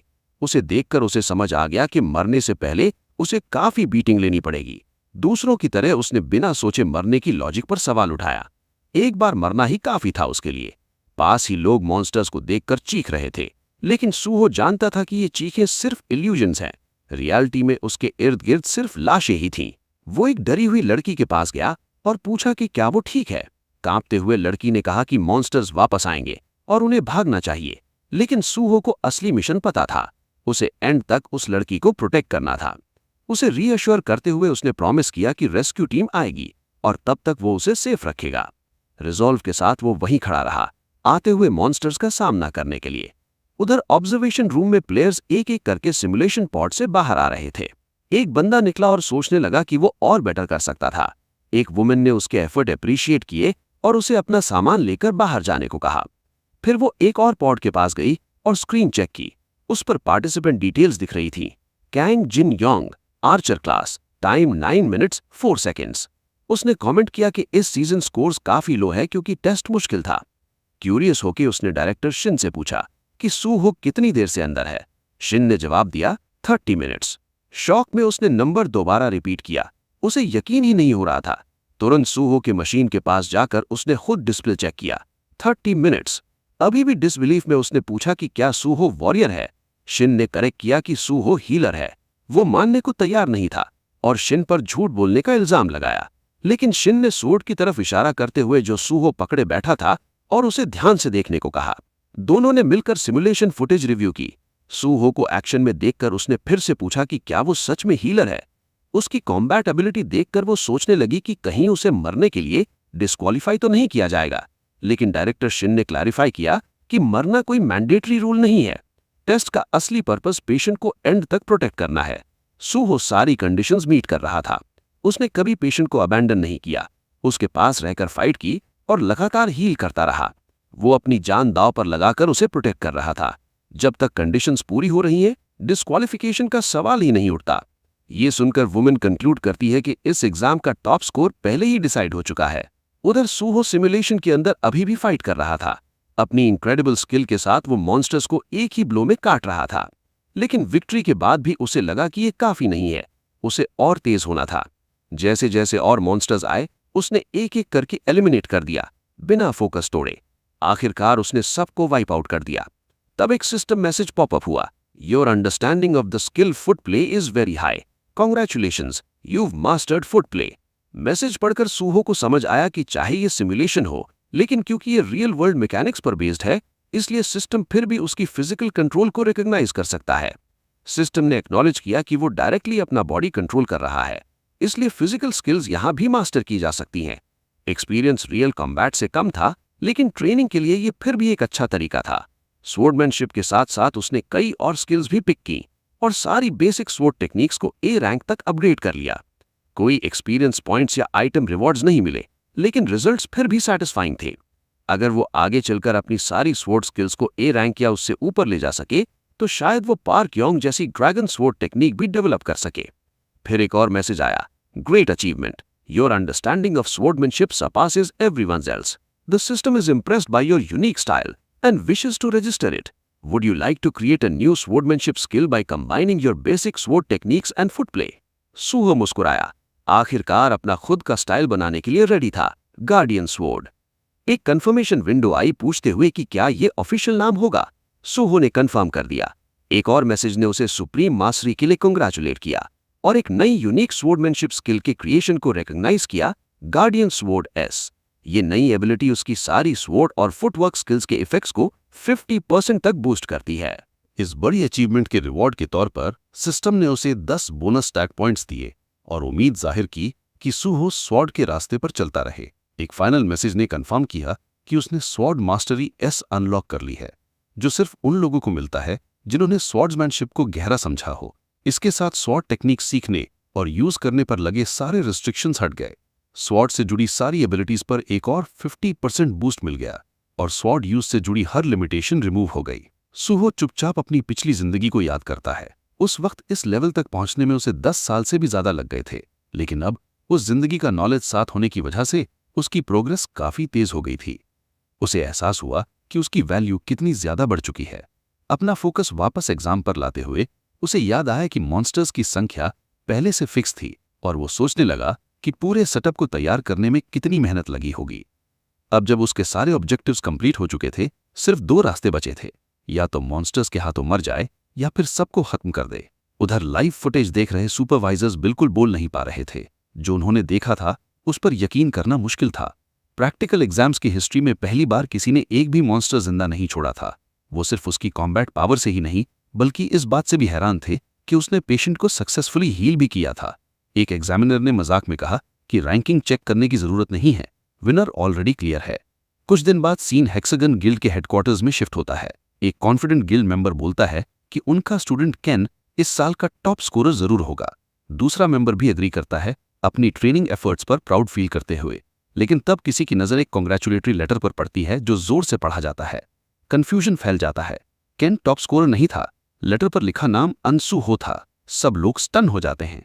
एटमॉस्फेयर तुरंत टेंस और कंफ्यूज्ड हो जाता है और कोई पूछता है कि केन कहाँ है। उसी वक्त गिल्ड मास्टर के पास एक कॉल आता है और सीन फिर से चेंज हो जाता है। सुहो अब टीम लीडर के साथ कॉल पर था।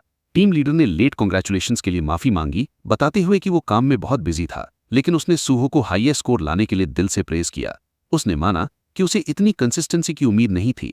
सुहो ने हम्बल तरीके से जवाब दिया कि ये सब टीम लीडर की वजह से पॉसिबल हो पाया था, लेकिन लीडर ने तुरंत क्रेडिट लेने से मना कर दिया और कहा कि सुहो की अचीवमेंट्स पूरी तरह उसकी अपनी मेहनत का रिजल्ट हैं। उसने ये भी पॉइंट आउट किया कि सुहो की एक्सेप्शनल परफॉर्मेंस की वजह से कई चीटर्स एक्सपोज हो गए जो इल्लीगल तरीके से स्किल्स बूस्ट कर रहे थे। इसके बाद फ्यूचर एग्जाम्स में रूल्स और स्ट्रिक्ट होंगे, जो लीडर के हिसाब से एक अच्छी बात है। फिर टीम लीडर ने थोड़ा संभल कर एक सवाल पूछा, क्या सुहो अभी भी ग्रेट हंटर एसोसिएशन ज्वाइन करने में इंटरेस्टेड है? सुहो ने जवाब दिया कि शायद वो कुछ टाइम गिल्ड के साथ रहे, लेकिन उसका अल्टीमेट गोल अभी भी वही है, वो एसोसिएशन ज्वाइन करना चाहता है। टीम लीडर ने उसके क्लियर आंसर को अप्रिशिएट किया और कहा कि जैसे ही रिक्रूटमेंट या टेस्टिंग शेड्यूल रेडी होगा वो उसे कॉन्टैक्ट करेगा। सुहो ने मुस्कुराते हुए हाँ कह दी। कॉल एंड करने से पहले लीडर ने सुहो को सही से खाने और अपनी हेल्थ का ख्याल रखने की याद दिलाई और सुहो ने भी वही बात वापस कही। कॉल कट होते ही लीडर ने अपने हाथ में पकड़ी चीज को देखा और धीरे से खुद को भी खाने की याद दिलाई। उधर सुहो ने एक पल के लिए पॉज लिया। टीम लीडर के टोन में कुछ था जो उसके दिमाग में अटक गया। वो थोड़ा ऑफ लगा। उसे सोच आई कि कहीं सब ठीक तो है ना। तभी उसका फोन फिर से बज उठा। कॉलर आईडी देखकर उसे समझ आ गया कि कौन है। उसने कॉल रिसीव की और अपना इंट्रोडक्शन दिया। कॉलर किम सू थी। उसने उसे उसकी सक्सेस पर कांग्रेचुलेट किया और कंफर्म किया कि एग्रीमेंट के हिसाब से पेमेंट ऑलरेडी ट्रांसफर कर दी गई है।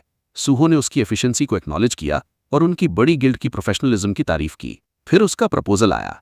उसने सुहो को नेक्सस गिल्ड ज्वाइन करने का इनवाइट किया, ये प्रॉमिस करते हुए कि बेनिफिट्स किसी भी और गिल्ड से बेटर होंगे। क्यूरियस होकर सुहो ने पूछा कि वो लोग कितनी दूर तक जाने को तैयार हैं। किम सू ने अश्योर किया कि वो उसकी एक्सपेक्टेशंस मैच करने के लिए जो भी पॉसिबल होगा करेगी। टॉप स्टूडेंट और स्कॉलरशिप रेसिपिएंट होने की वजह से कॉन्ट्रैक्ट टर्म्स एडजस्ट करना कोई प्रॉब्लम नहीं होगा। उसने ये भी सजेस्ट किया कि डील फाइनलाइज करने के लिए वो पर्सनली मिल सकते हैं। सुहो ने फिलहाल पोलाइटली मना कर दिया, कहते हुए कि आज उसके कुछ पर्सनल प्लान्स हैं। उसने प्रॉमिस किया कि अपना शेड्यूल चेक करके जल्दी रिप्लाई करेगा। फिर भी उसने हिंट दिया कि नेक्सस स्कॉलरशिप रेसिपिएंट होने के नाते किसी और गिल्ड के मुकाबले नेक्सस ज्वाइन करना ज्यादा लॉजिकल होगा। किम सू इस बात से इतनी खुश हो गई कि पास के को-वर्कर्स ने भी नोटिस कर लिया। उसने सुहो से रिक्वेस्ट की कि वो तब तक किसी और गिल्ड के साथ साइन न करें।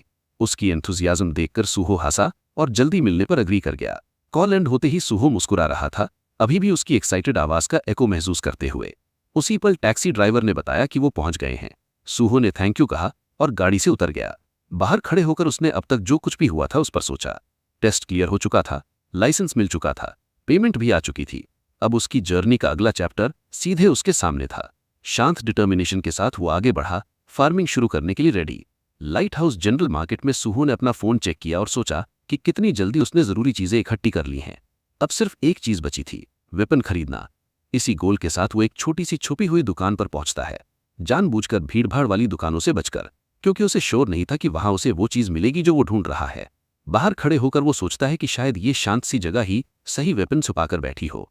अंदर जाकर उसने शॉपकीपर को ग्रीट किया। शॉपकीपर ने पूछा उसे क्या चाहिए। सुहो ने बताया कि वो अभी अभी हंटर बना है और एक लाइट वेट वेपन ढूंढ रहा है। शॉपकीपर ने उसे सस्ते आइटम्स वाले सेक्शन की तरफ भेज दिया। जब सुहो ने उन्हें देखा तो उसने उन पर जमी मोटी धूल नोटिस की और समझ गया कि ज्यादातर लो ग्रेड वेपन्स बिना वेरीफाइड डेटा के होते हैं। लेकिन इसका मतलब ये नहीं था कि हर अनवेरिफाइड वेपन बेकार होता है। कुछ वेपन्स को अपनी असली पोटेंशियल दिखाने के लिए लिबरेशन प्रोसेस से गुजरना पड़ता है। ऐसे स्पेशल वेपन्स यूजुअली एक हल्की सी ऑरा रिलीज करते हैं, एक तरह का सिग्नल जो आम जगह पर ज्यादातर प्लेयर्स पहचान ही नहीं पाते। सूहो ने एक वेपन उठाया और अपनी मैजिक डिटेक्शन स्किल एक्टिवेट की। उसके चेहरे पर हल्की सी मुस्कान आ गई, उसे मिल गया था। वेपन लेकर बाहर निकलते हुए सूहो ने सोचा कि अगर शॉप ओनर को कभी इस स्पेयर की असली वैल्यू का पता चला तो वो इतनी सस्ती में बेचने का जरूर पछताएगा। लेकिन अभी के लिए शुरुआत का वक्त आ चुका था। सूहो ने आंखें बंद की, फोकस किया और अपनी मैजिकल एनर्जी वेपन में डालनी शुरू कर दी। स्पेयर ने बहुत तेजी से उसकी एनर्जी अब्सॉर्ब करनी शुरू कर दी। उसकी एनर्जी को लगातार ड्रेन करते हुए महसूस करते ही कि कितना लोड पड़ रहा है, वो रुक गया और जमीन पर गिर पड़ा, पूरी तरह थका हुआ। उसे समझ आ गया कि अगर वो थोड़ा सा भी और पुश करता तो मैजिक डिप्लीशन से बेहोश होता था। वेपन को अवेकन करने के लिए उसे कम से कम 100 मैजिक स्टैट चाहिए थी। अभी वो इसे यूज नहीं कर सकता था, लेकिन उसे पता था कि फ्यूचर में ये एक पावरफुल एसेट बनेगा। उसने खुद से वादा किया कि वो जल्द ही लेवल अप करेगा और इसकी पूरी पोटेंशियल अनलॉक करेगा। इसी बीच पीबीएस बिल्डिंग के अंदर रिपोर्टर जिन्वी को सूहो का कॉल आता है। सूहो अपना इंट्रोडक्शन देता है और कंफर्म करता है कि रीसेंट हंटर टेस्ट में वही टॉप स्कोरर था। वो ये भी बताता है कि सिंड्रोम स्टेशन पर जो अनप्रेसिडेंटेड गेट इंसिडेंट हुआ था उसे उसने अकेले हैंडल किया था। जिन्वी ये सुनकर शॉक में आ जाता है। उसे थोड़ा टाइम लगता है ये प्रोसेस करने में कि सूहो ने इतना खतरनाक गेट ऑफिशियली लाइसेंस्ड हंटर बने बिना ही क्लियर कर लिया था। जिन्वी की नज़र में सूहो पहले से ही एक मॉन्स्टर था। जब जिन्वी ने पूछा कि सूहो ने सीधे उसे ही कॉन्टैक्ट क्यों किया तो सूहो ने एक्सप्लेन किया कि उसने जिन्वी का ब्लॉग सर्च के दौरान देखा था। उसने मेंशन किया कि उसे जिन्वी के प्रिविलेज बैकग्राउंड के बारे में पता है, लेकिन फिर भी वो जिन्वी के जर्नलिज्म को जेन्युइन इंटरेस्ट के लिए चूज करने का रिस्पेक्ट करता है। उसने कहा कि उसके पास बड़े प्लान्स हैं और वो जल्द ही बड़ी हेडलाइंस बनने वाला है। फिर उसने जिन्वी को अपना एक्सक्लूसिव रिपोर्टर बनने का प्रपोज किया। जिन्वी स्केप्टिकल हो गया। उसे लगा शायद सूहो किसी अमीर जर्नलिस्ट को अपना सबऑर्डिनेट बनाना चाहता है। अंदर ही अंदर उसने सूहो को एक और एम्बिशियस ऑडबॉल समझकर डिसमिस कर दिया, जो हवा में ख्याली पुलाव पका रहा है। भले ही वो समझ रहा था कि सूहो क्या सजेस्ट कर रहा है, लेकिन जिन्वी इस आइडिया से अनकंफर्टेबल था। उसने माना कि उसे एक्सक्लूसिव्स पसंद हैं, लेकिन वो किसी के नीचे काम नहीं करना चाहता। सूहो ने क्लैरिफाई किया कि वो सबऑर्डिनेट नहीं बल्कि एक रिलायबल पार्टनर ढूंढ रहा है। जिन्वी ने ब्लंटली रिप्लाई किया कि उसे ये ऑफर बस एक टैक्टिक लगता है, अपनी मार्केट वैल्यू बढ़ाने के लिए गिल्ड ज्वाइन करने से पहले। सूहो ने माना कि इसमें थोड़ी सी सच्चाई है, लेकिन पूरी नहीं है। वो ये फेम, पैसे या वैल्यू के लिए नहीं बल्कि अपने असली गोल के लिए चाह रहा था। वो सिविल सर्वेंट बनना चाहता था। जिन्वी हैरान रह गया। क्या सूहो का मतलब हंटर एसोसिएशन ज्वाइन करना था? फेम के पीछे भागकर पब्लिक ऑफिसर बनने का आइडिया उसे अब्सर्ड लगा, लेकिन सूहो सीरियस था। वो हंटर एसोसिएशन का हिस्सा बनकर फील्ड में काम करना चाहता था। इस बात ने जिन्वी को सोचने पर मजबूर कर दिया। क्या सूहो कोई और रिच किड है जो हंटर का काम साइड क्वेस्ट की तरह ट्रीट कर रहा है? सूहो ने रिवील किया कि वो गेट ऑफन है और उसका पास्ट ही उसे पब्लिक सर्विस की तरफ खींचता है। वही उसकी जिंदगी का पर्पस बना, गेट्स कॉन्कर करना। जिन्वी अपने लैपटॉप पर नजर डालते हुए सोचता है कि क्या सूहो सच में सीरियस है। आजकल इतने अजीब लोग सामने आ रहे थे कि फर्क करना मुश्किल हो गया था। आखिरकार उसने डिसाइड किया कि शायद इससे ज्यादा फर्क नहीं पड़ता। उसने सूहो के पॉइंट ऑफ व्यू को एक्नॉलेज किया और ऑफर रिजेक्ट कर दिया। वो अपनी स्टोरीज खुद चूज करना चाहता था। फिर भी सूहो ने हार नहीं मानी। उसने एक बेट सजेस्ट की। क्यूरियस होकर जिन्वी ने पूछा, कैसी बेट? सूहो ने कहा कि वो अपने आप को एक हंटर के तौर पर प्रूव करके जिन्वी का ट्रस्ट जीतेगा। उसने अनाउंस किया कि वो टावर ऑफ चैलेंज को अकेले क्लियर करेगा, आज ही। ये सुनकर जिन्वी पूरी तरह से स्टन हो गया। वो टावर इनफेमस था। उसे फुल पार्टी के साथ क्लियर करना भी लगभग इम्पॉसिबल माना जाता था। सोलो करना तो सीधा पागलपन था, लेकिन सूहो कॉन्फिडेंट था। अगर वो ये कर दिखाता है तो ये जिन्वी को कन्विंस करने के लिए काफी होगा। अगर वो सक्सेसफुल होता है तो वो चाहता है कि जिन्वी उसका पर्सनल और एक्सक्लूसिव रिपोर्टर बने। सूहो को अपनी पिछली जिंदगी का जिन्वी याद आ गई। पीबीएस का एक टॉप टियर ब्रॉडकास्टर, अपनी प्राइड और एलीट बैकग्राउंड के लिए फेमस। ऐसा जर्नलिस्ट जो कभी किसी की रिक्वेस्ट एक्सेप्ट नहीं करता था। फिर भी सूहो की पिछली जिंदगी में दोनों ने कई बार साथ काम किया था, जिन्वी की शार्प रिपोर्टिंग और पब्लिक ओपिनियन पर उसके रेयर इन्फ्लुएंस की वजह से। लेकिन वही ब्रिलियंस उसे दूसरों के लिए खतरनाक ही बना देती थी, एक कांटे की तरह, हमेशा किसी न किसी के रास्ते में। आखिरकार जिन्वी पॉलिटिकल कॉन्फ्लिक्ट्स में फंस गया। उसे अर्ली रिटायरमेंट लेने पर मजबूर किया गया और धीरे धीरे वो सीन से ही गायब हो गया। इस बार सूहो ने चुपचाप कसम खाई कि वो इस फेट को होने नहीं देगा। कॉल के दौरान सूहो ने अपनी प्रपोजल रखी। अगर वो टावर ऑफ चैलेंज को अकेला कॉन्कर कर लेता है तो जिन्वी को उसका पर्सनल रिपोर्टर बनना होगा। हैरान होने के बावजूद जिन्वी मान गया। अगर सूहो सच में ही ये कर दिखाता है तो जिन्वी ने वादा किया कि वो जर्नलिस्ट के तौर पर अपना सब कुछ उसके सपोर्ट में लगा देगा। कॉल सूहो के कॉन्फिडेंट वर्ड्स के साथ खत्म हुई। अब शुरू करने का टाइम आ गया है। कॉल के बाद जिन्वी इरिटेट हो गया। उसे लगा सूहो सच में उसका दिमाग खराब कर रहा है। वो बार बार उसकी सडन और अजीब रिक्वेस्ट के बारे में सोचता रहा, समझने की कोशिश करता रहा कि ये आइडिया आया कहां से। क्लियरली अनॉयड होने के बावजूद वो इस आइडिया से पूरी तरह नफरत भी नहीं कर पा रहा था। प्रपोजल में कुछ जेन्युइन सा लग रहा था और सूहो स्कैमर टाइप का बंदा नहीं लगता था। फ्रस्ट्रेशन और क्यूरियोसिटी के बीच फंसा हुआ जिन्वी खुद से ही बोल पड़ा कि शायद वो ही पागल हो रहा है। आखिरकार उसने इसे एक हार्मलेस गैम्बल मान लिया। अगर सच निकला तो बढ़िया, वरना कोई बड़ी बात नहीं। सीन टावर ऑफ चैलेंज पर शिफ्ट होता है। सूहो एंट्रेंस पर खड़ा अपना हंटर लाइसेंस गेटकीपर को दिखाता है। आदमी नोटिस करता है कि सूहो अकेला आया है और उसे वॉर्न करता है। सोलो एंट्री अलाउड है, लेकिन काफी रिस्की। लाइसेंस नंबर देखकर उसे लगता है कि सूहो ने अभी अभी टेस्ट पास किया होगा। गेटकीपर सजेस्ट करता है कि टीम के साथ जाए, क्योंकि लोअर फ्लोर्स पर भी इंजरीज या वर्स हो जाता है। लेकिन सूहो इंसिस्ट करता है कि वो अकेला ही जाएगा। उसकी चॉइस रिस्पेक्ट करते हुए आदमी उसे 70,000 एंट्री फी के बारे में बताता है और कहता है कि इनवॉइस मिलते ही पेमेंट कर देना। सूहो नॉट करता है और थैंक्स कहता है।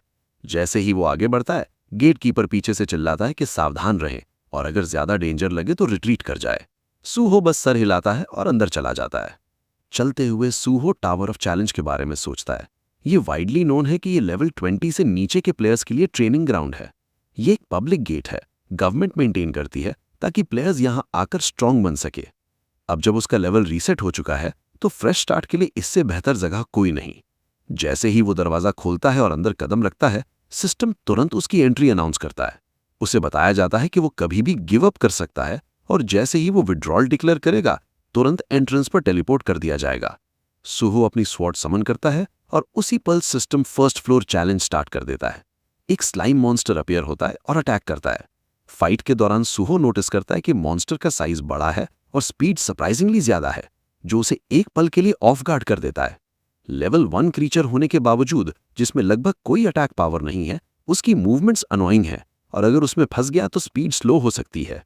जल्दी खत्म करने के लिए सूहो अपनी स्वॉर्ड स्लाइम के कोर में घुसा देता है और उसे डिस्ट्रॉय कर देता है।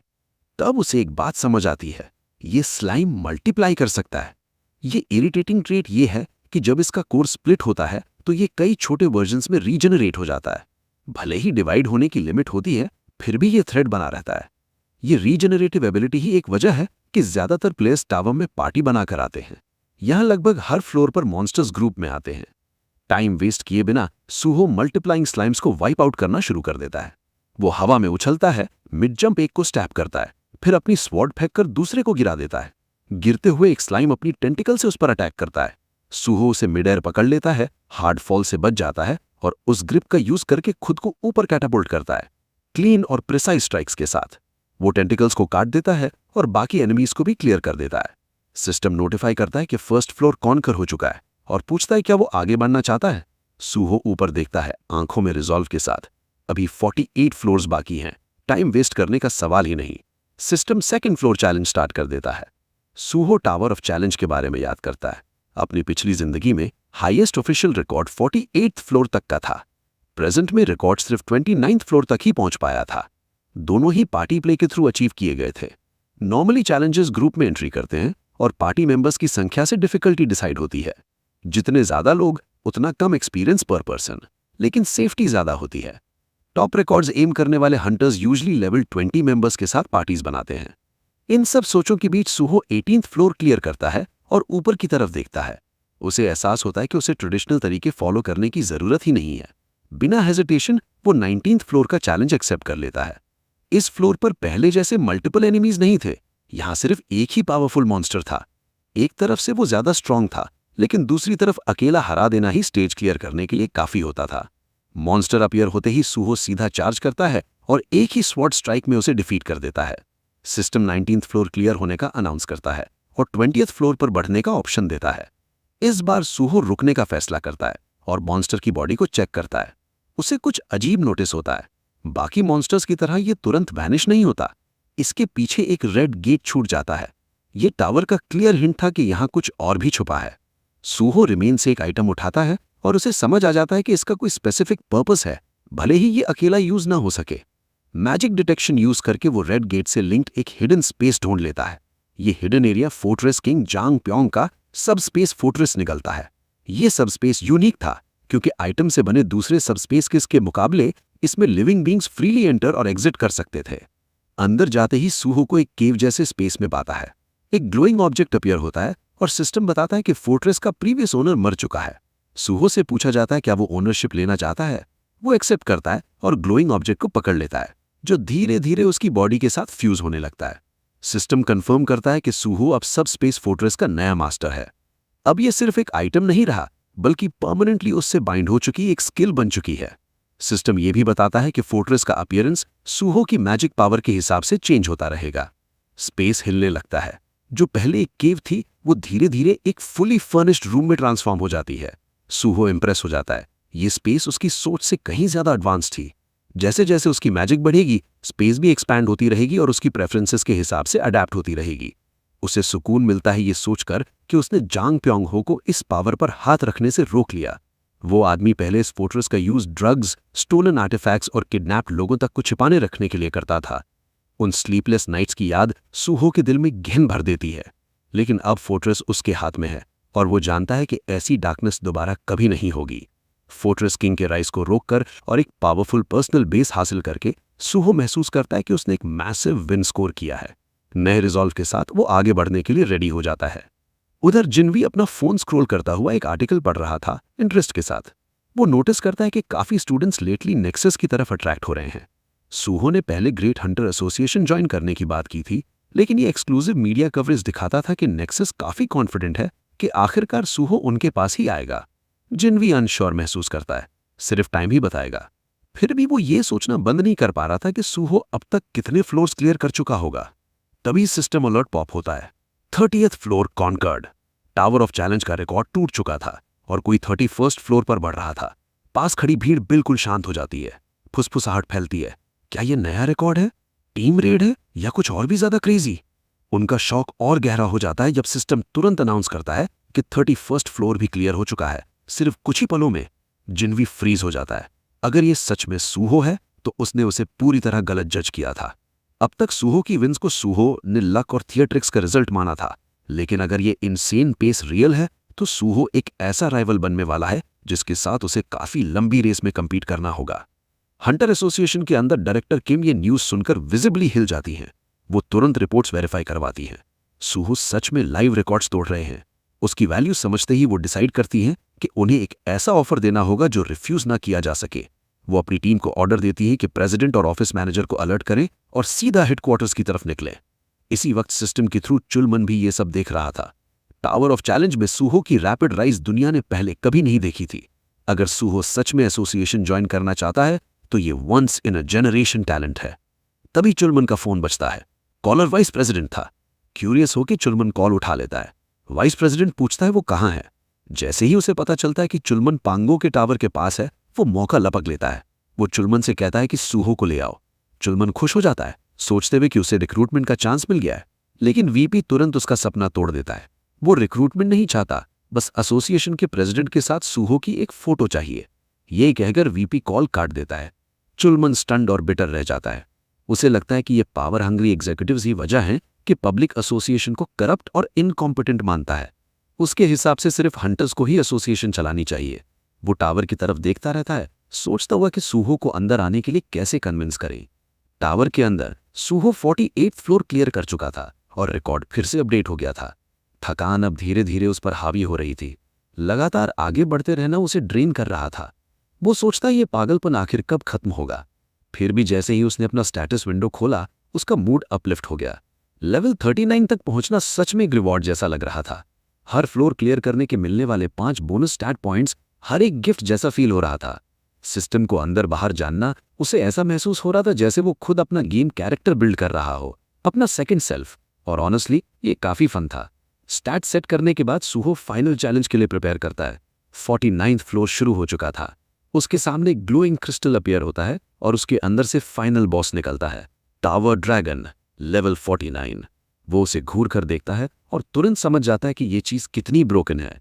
प्योर ब्लड ट्रेट्स के बिना भी सिर्फ ड्रैगन होना ही बड़ी बात है। सिर्फ पैदा होना ही उसे अब्सर्डली पावरफुल बना देता था। ये देखकर सूहो को खुद पर ही डाउट होने लगा कि क्या ये फ्लोर कभी बीट करने के लिए बना भी था या नहीं। लेकिन सूहो जानता था वो यहां क्यों आया है। वो हेजिटेट करने वाला नहीं था। दांत भींचते हुए, हाथ में तलवार पकड़कर वो पूरे रिजॉल्व के साथ फाइनल बॉस पर चार्ज कर गया, इसे यहीं खत्म करने के लिए रेडी।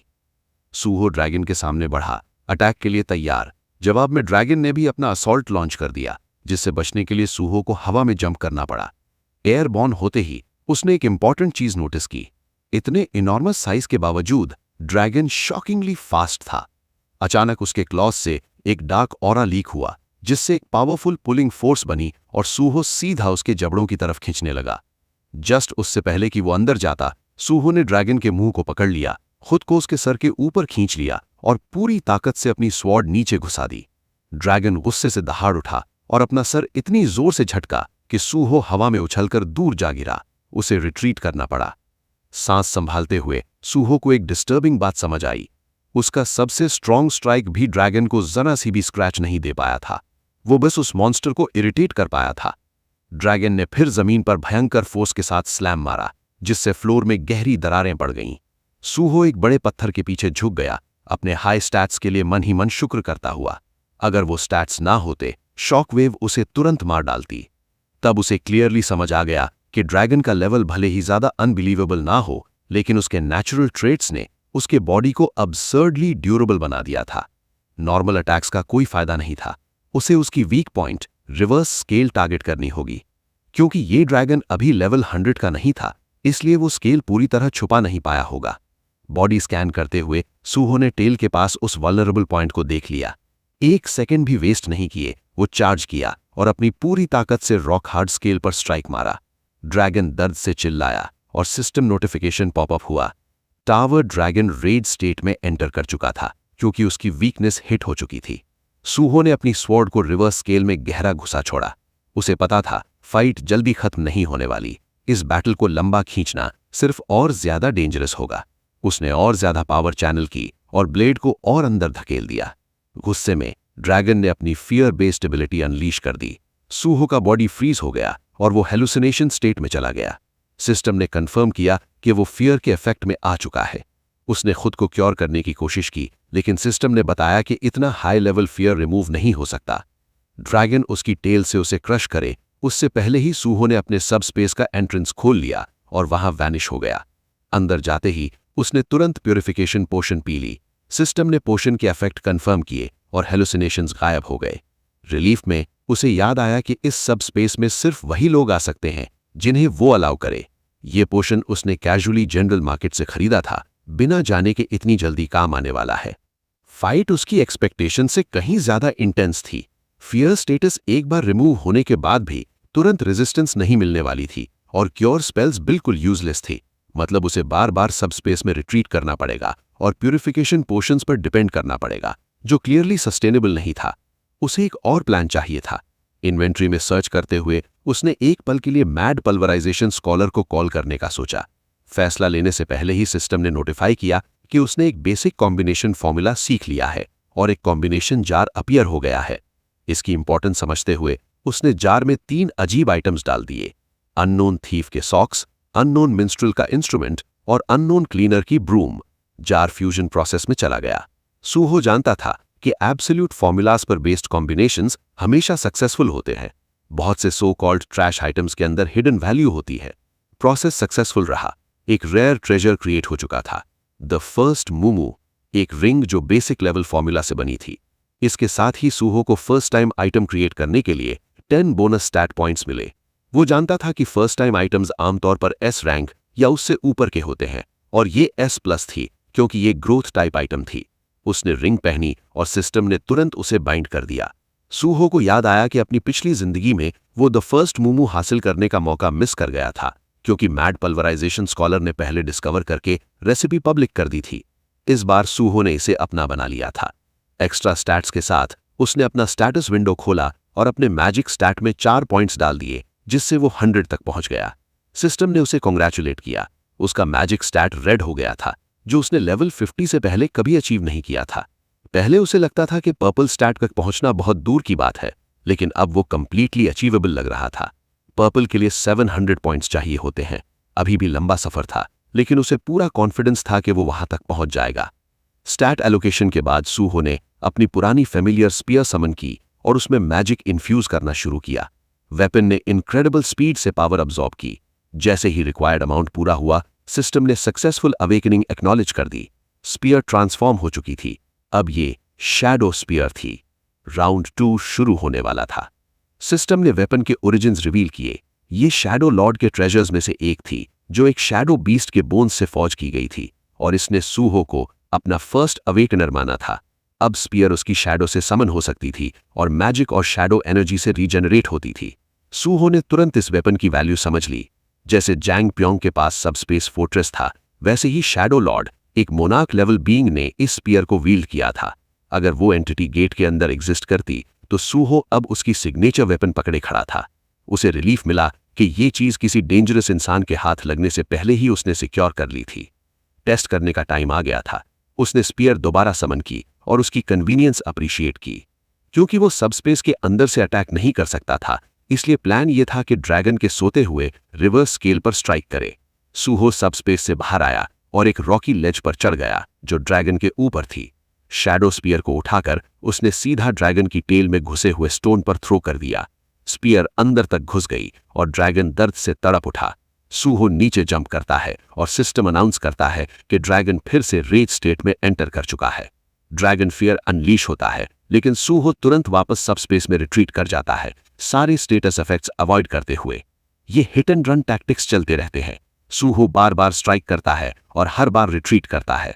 प्रोसेस एक्सपेक्टेड से लंबा चला, लेकिन धीरे धीरे रिवर्स स्केल की ड्यूरेबिलिटी 10% से नीचे आ गई। ये पूरी तरह से डिस्ट्रॉय नहीं हुई थी, लेकिन ड्रैगन को प्रोटेक्ट करने के लायक नहीं रही। अब स्टेल्थ काम नहीं आने वाली थी। सूहो ने सटलिटी छोड़ दी और फुल असॉल्ट कर चला गया। फोर्ट्रेस से निकलकर वो हवा में लॉन्च हुआ और शैडो स्पीयर को सीधा ड्रैगन की आंख में घुसा दिया। इंपैक्ट से पूरा एरिया कांप गया। सूहो दूर जा गिरा, लेकिन एनरेज्ड ड्रैगन रुकने वाला नहीं था। जैसे ही वो उसे ढूंढने लगा, सूहो ने मौका देखा और पीछे से घूमकर टेल की तरफ रश किया। ड्रैगन ने फिर ड्रैगन फियर यूज किया, लेकिन सूहो ने पहले ही स्टोन तोड़ दिया। सिस्टम ने कंफर्म कर दिया, रिवर्स स्केल डिस्ट्रॉय हो चुकी थी और ड्रैगन की पावर तेजी से ड्रेन होने लगी। सूहो ने एक प्यूरिफिकेशन पोशन पी ली और फिनिशिंग ब्लो किए हवा में उछल गया। एक क्लीन स्लैश से उसने ड्रैगन का गला काट दिया। ड्रैगन गिर पड़ा। बैटल फाइनली खत्म हो चुकी थी। सिस्टम ने अनाउंस किया कि सूहो ने 49th फ्लोर क्लियर कर लिया है और टावर ऑफ चैलेंज का नया रिकॉर्ड सेट हो चुका है। उसे 10 बोनस स्टैट पॉइंट्स मिले और रिवॉर्ड्स आते चले गए। जमीन पर लेटे हुए वो इस अचीवमेंट को प्रोसेस करता है। उसने पूरा टावर कॉन्कर कर लिया था, जो ना उसकी पिछली जिंदगी में हुआ था, ना इस वाली में कभी। लेवल 40 पर पहुंचने पर उसे एक नया स्किल मिला, हीलिंग स्पिरिट, एक area of effect healing ability, जो मास्टर होने पर पूरा बैटलफील्ड कवर कर सकती थी। इवैल्यूएशन अभी खत्म नहीं हुई थी। सिस्टम ने उसके फीट की डिफिकल्टी को देखते हुए उसे ड्रैगन ब्लड रिवॉर्ड किया। सूहो शॉक हो गया। ये तो योमा, मॉन्स्टर प्लेयर की सिग्नेचर पावर थी। तो यहीं से योमा ने ड्रैगन माउंटेन्स में ये पावर हासिल की थी। सिस्टम ने एक्सप्लेन किया कि ड्रैगन ब्लड इनहेरिट करने से यूजर को ड्रैगन की पावर मिलती है, जो इस बात पर डिपेंड करती है कि वो खुद को कितना पुश करता है। सूहो शैडो स्पीयर दोबारा समन करे उससे पहले ही सिस्टम ने अलर्ट किया। वेपन टावर ड्रैगन की शैडो के साथ रिएक्ट कर रहा था। उसने पूरी शैडो एब्जॉर्ब कर ली और फिर से ट्रांसफॉर्म हो गया। शैडो स्पीयर प्लस एक हिडन फंक्शन, शैडो डिवावर, जो ओरिजिनल डिस्क्रिप्शन में लिस्टेड भी नहीं था, अब और ज्यादा पावरफुल हो चुका था। वेपन की कॉन्शियसनेस का एक हिस्सा अवेकन हो गया था। सूहो ने अपडेटेड स्टैट्स चेक किए और स्टन रह गया। शैडो बाइंडिंग और शैडो रीजनरेशन दोनों ए रैंक से एस रैंक पर पहुंच गए थे। अब शैडो बाइंडिंग टारगेट की शैडो को खींचकर इमोबिलाइज कर सकता था और शैडो फैंग्स शैडो को फाड़कर कंटिन्यूअस ब्लीड डैमेज देते थे। ग्रोथ टाइप वेपन्स सच में नॉर्मल इक्विपमेंट से कहीं आगे थे। सैटिस्फाइड होके सूहो निकलने ही वाला था कि जमीन पर पड़ी एक चीज पर उसकी नजर पड़ी, एक मैसिव फैंग। सिस्टम ने आइडेंटिफाई किया कि ये माइटी ड्रैगन फैंग है, जो एक इनक्योरेबल डीबफ लगाता है, जो सारी रिकवरी को नलिफाई कर देता है। सूहो फिर से शॉक हो गया। उसने एक ड्रैगन बाई प्रोडक्ट हासिल कर लिया था, जो ऑलमोस्ट इम्पॉसिबल माना जाता है। इससे कंफर्म हो गया कि टावर ड्रैगन एक प्योर ब्लड ड्रैगन था, जो नेचुरली मटेरियल्स ड्रॉप करता है। ये पूरी बैटल एक जैकपॉट थी। सब कुछ कलेक्ट करने के बाद सूहो फाइनली मुड़कर जाने लगा, पूरे यकीन के साथ कि रिपोर्टर जिनवी बाहर उसका इंतजार कर रहा होगा।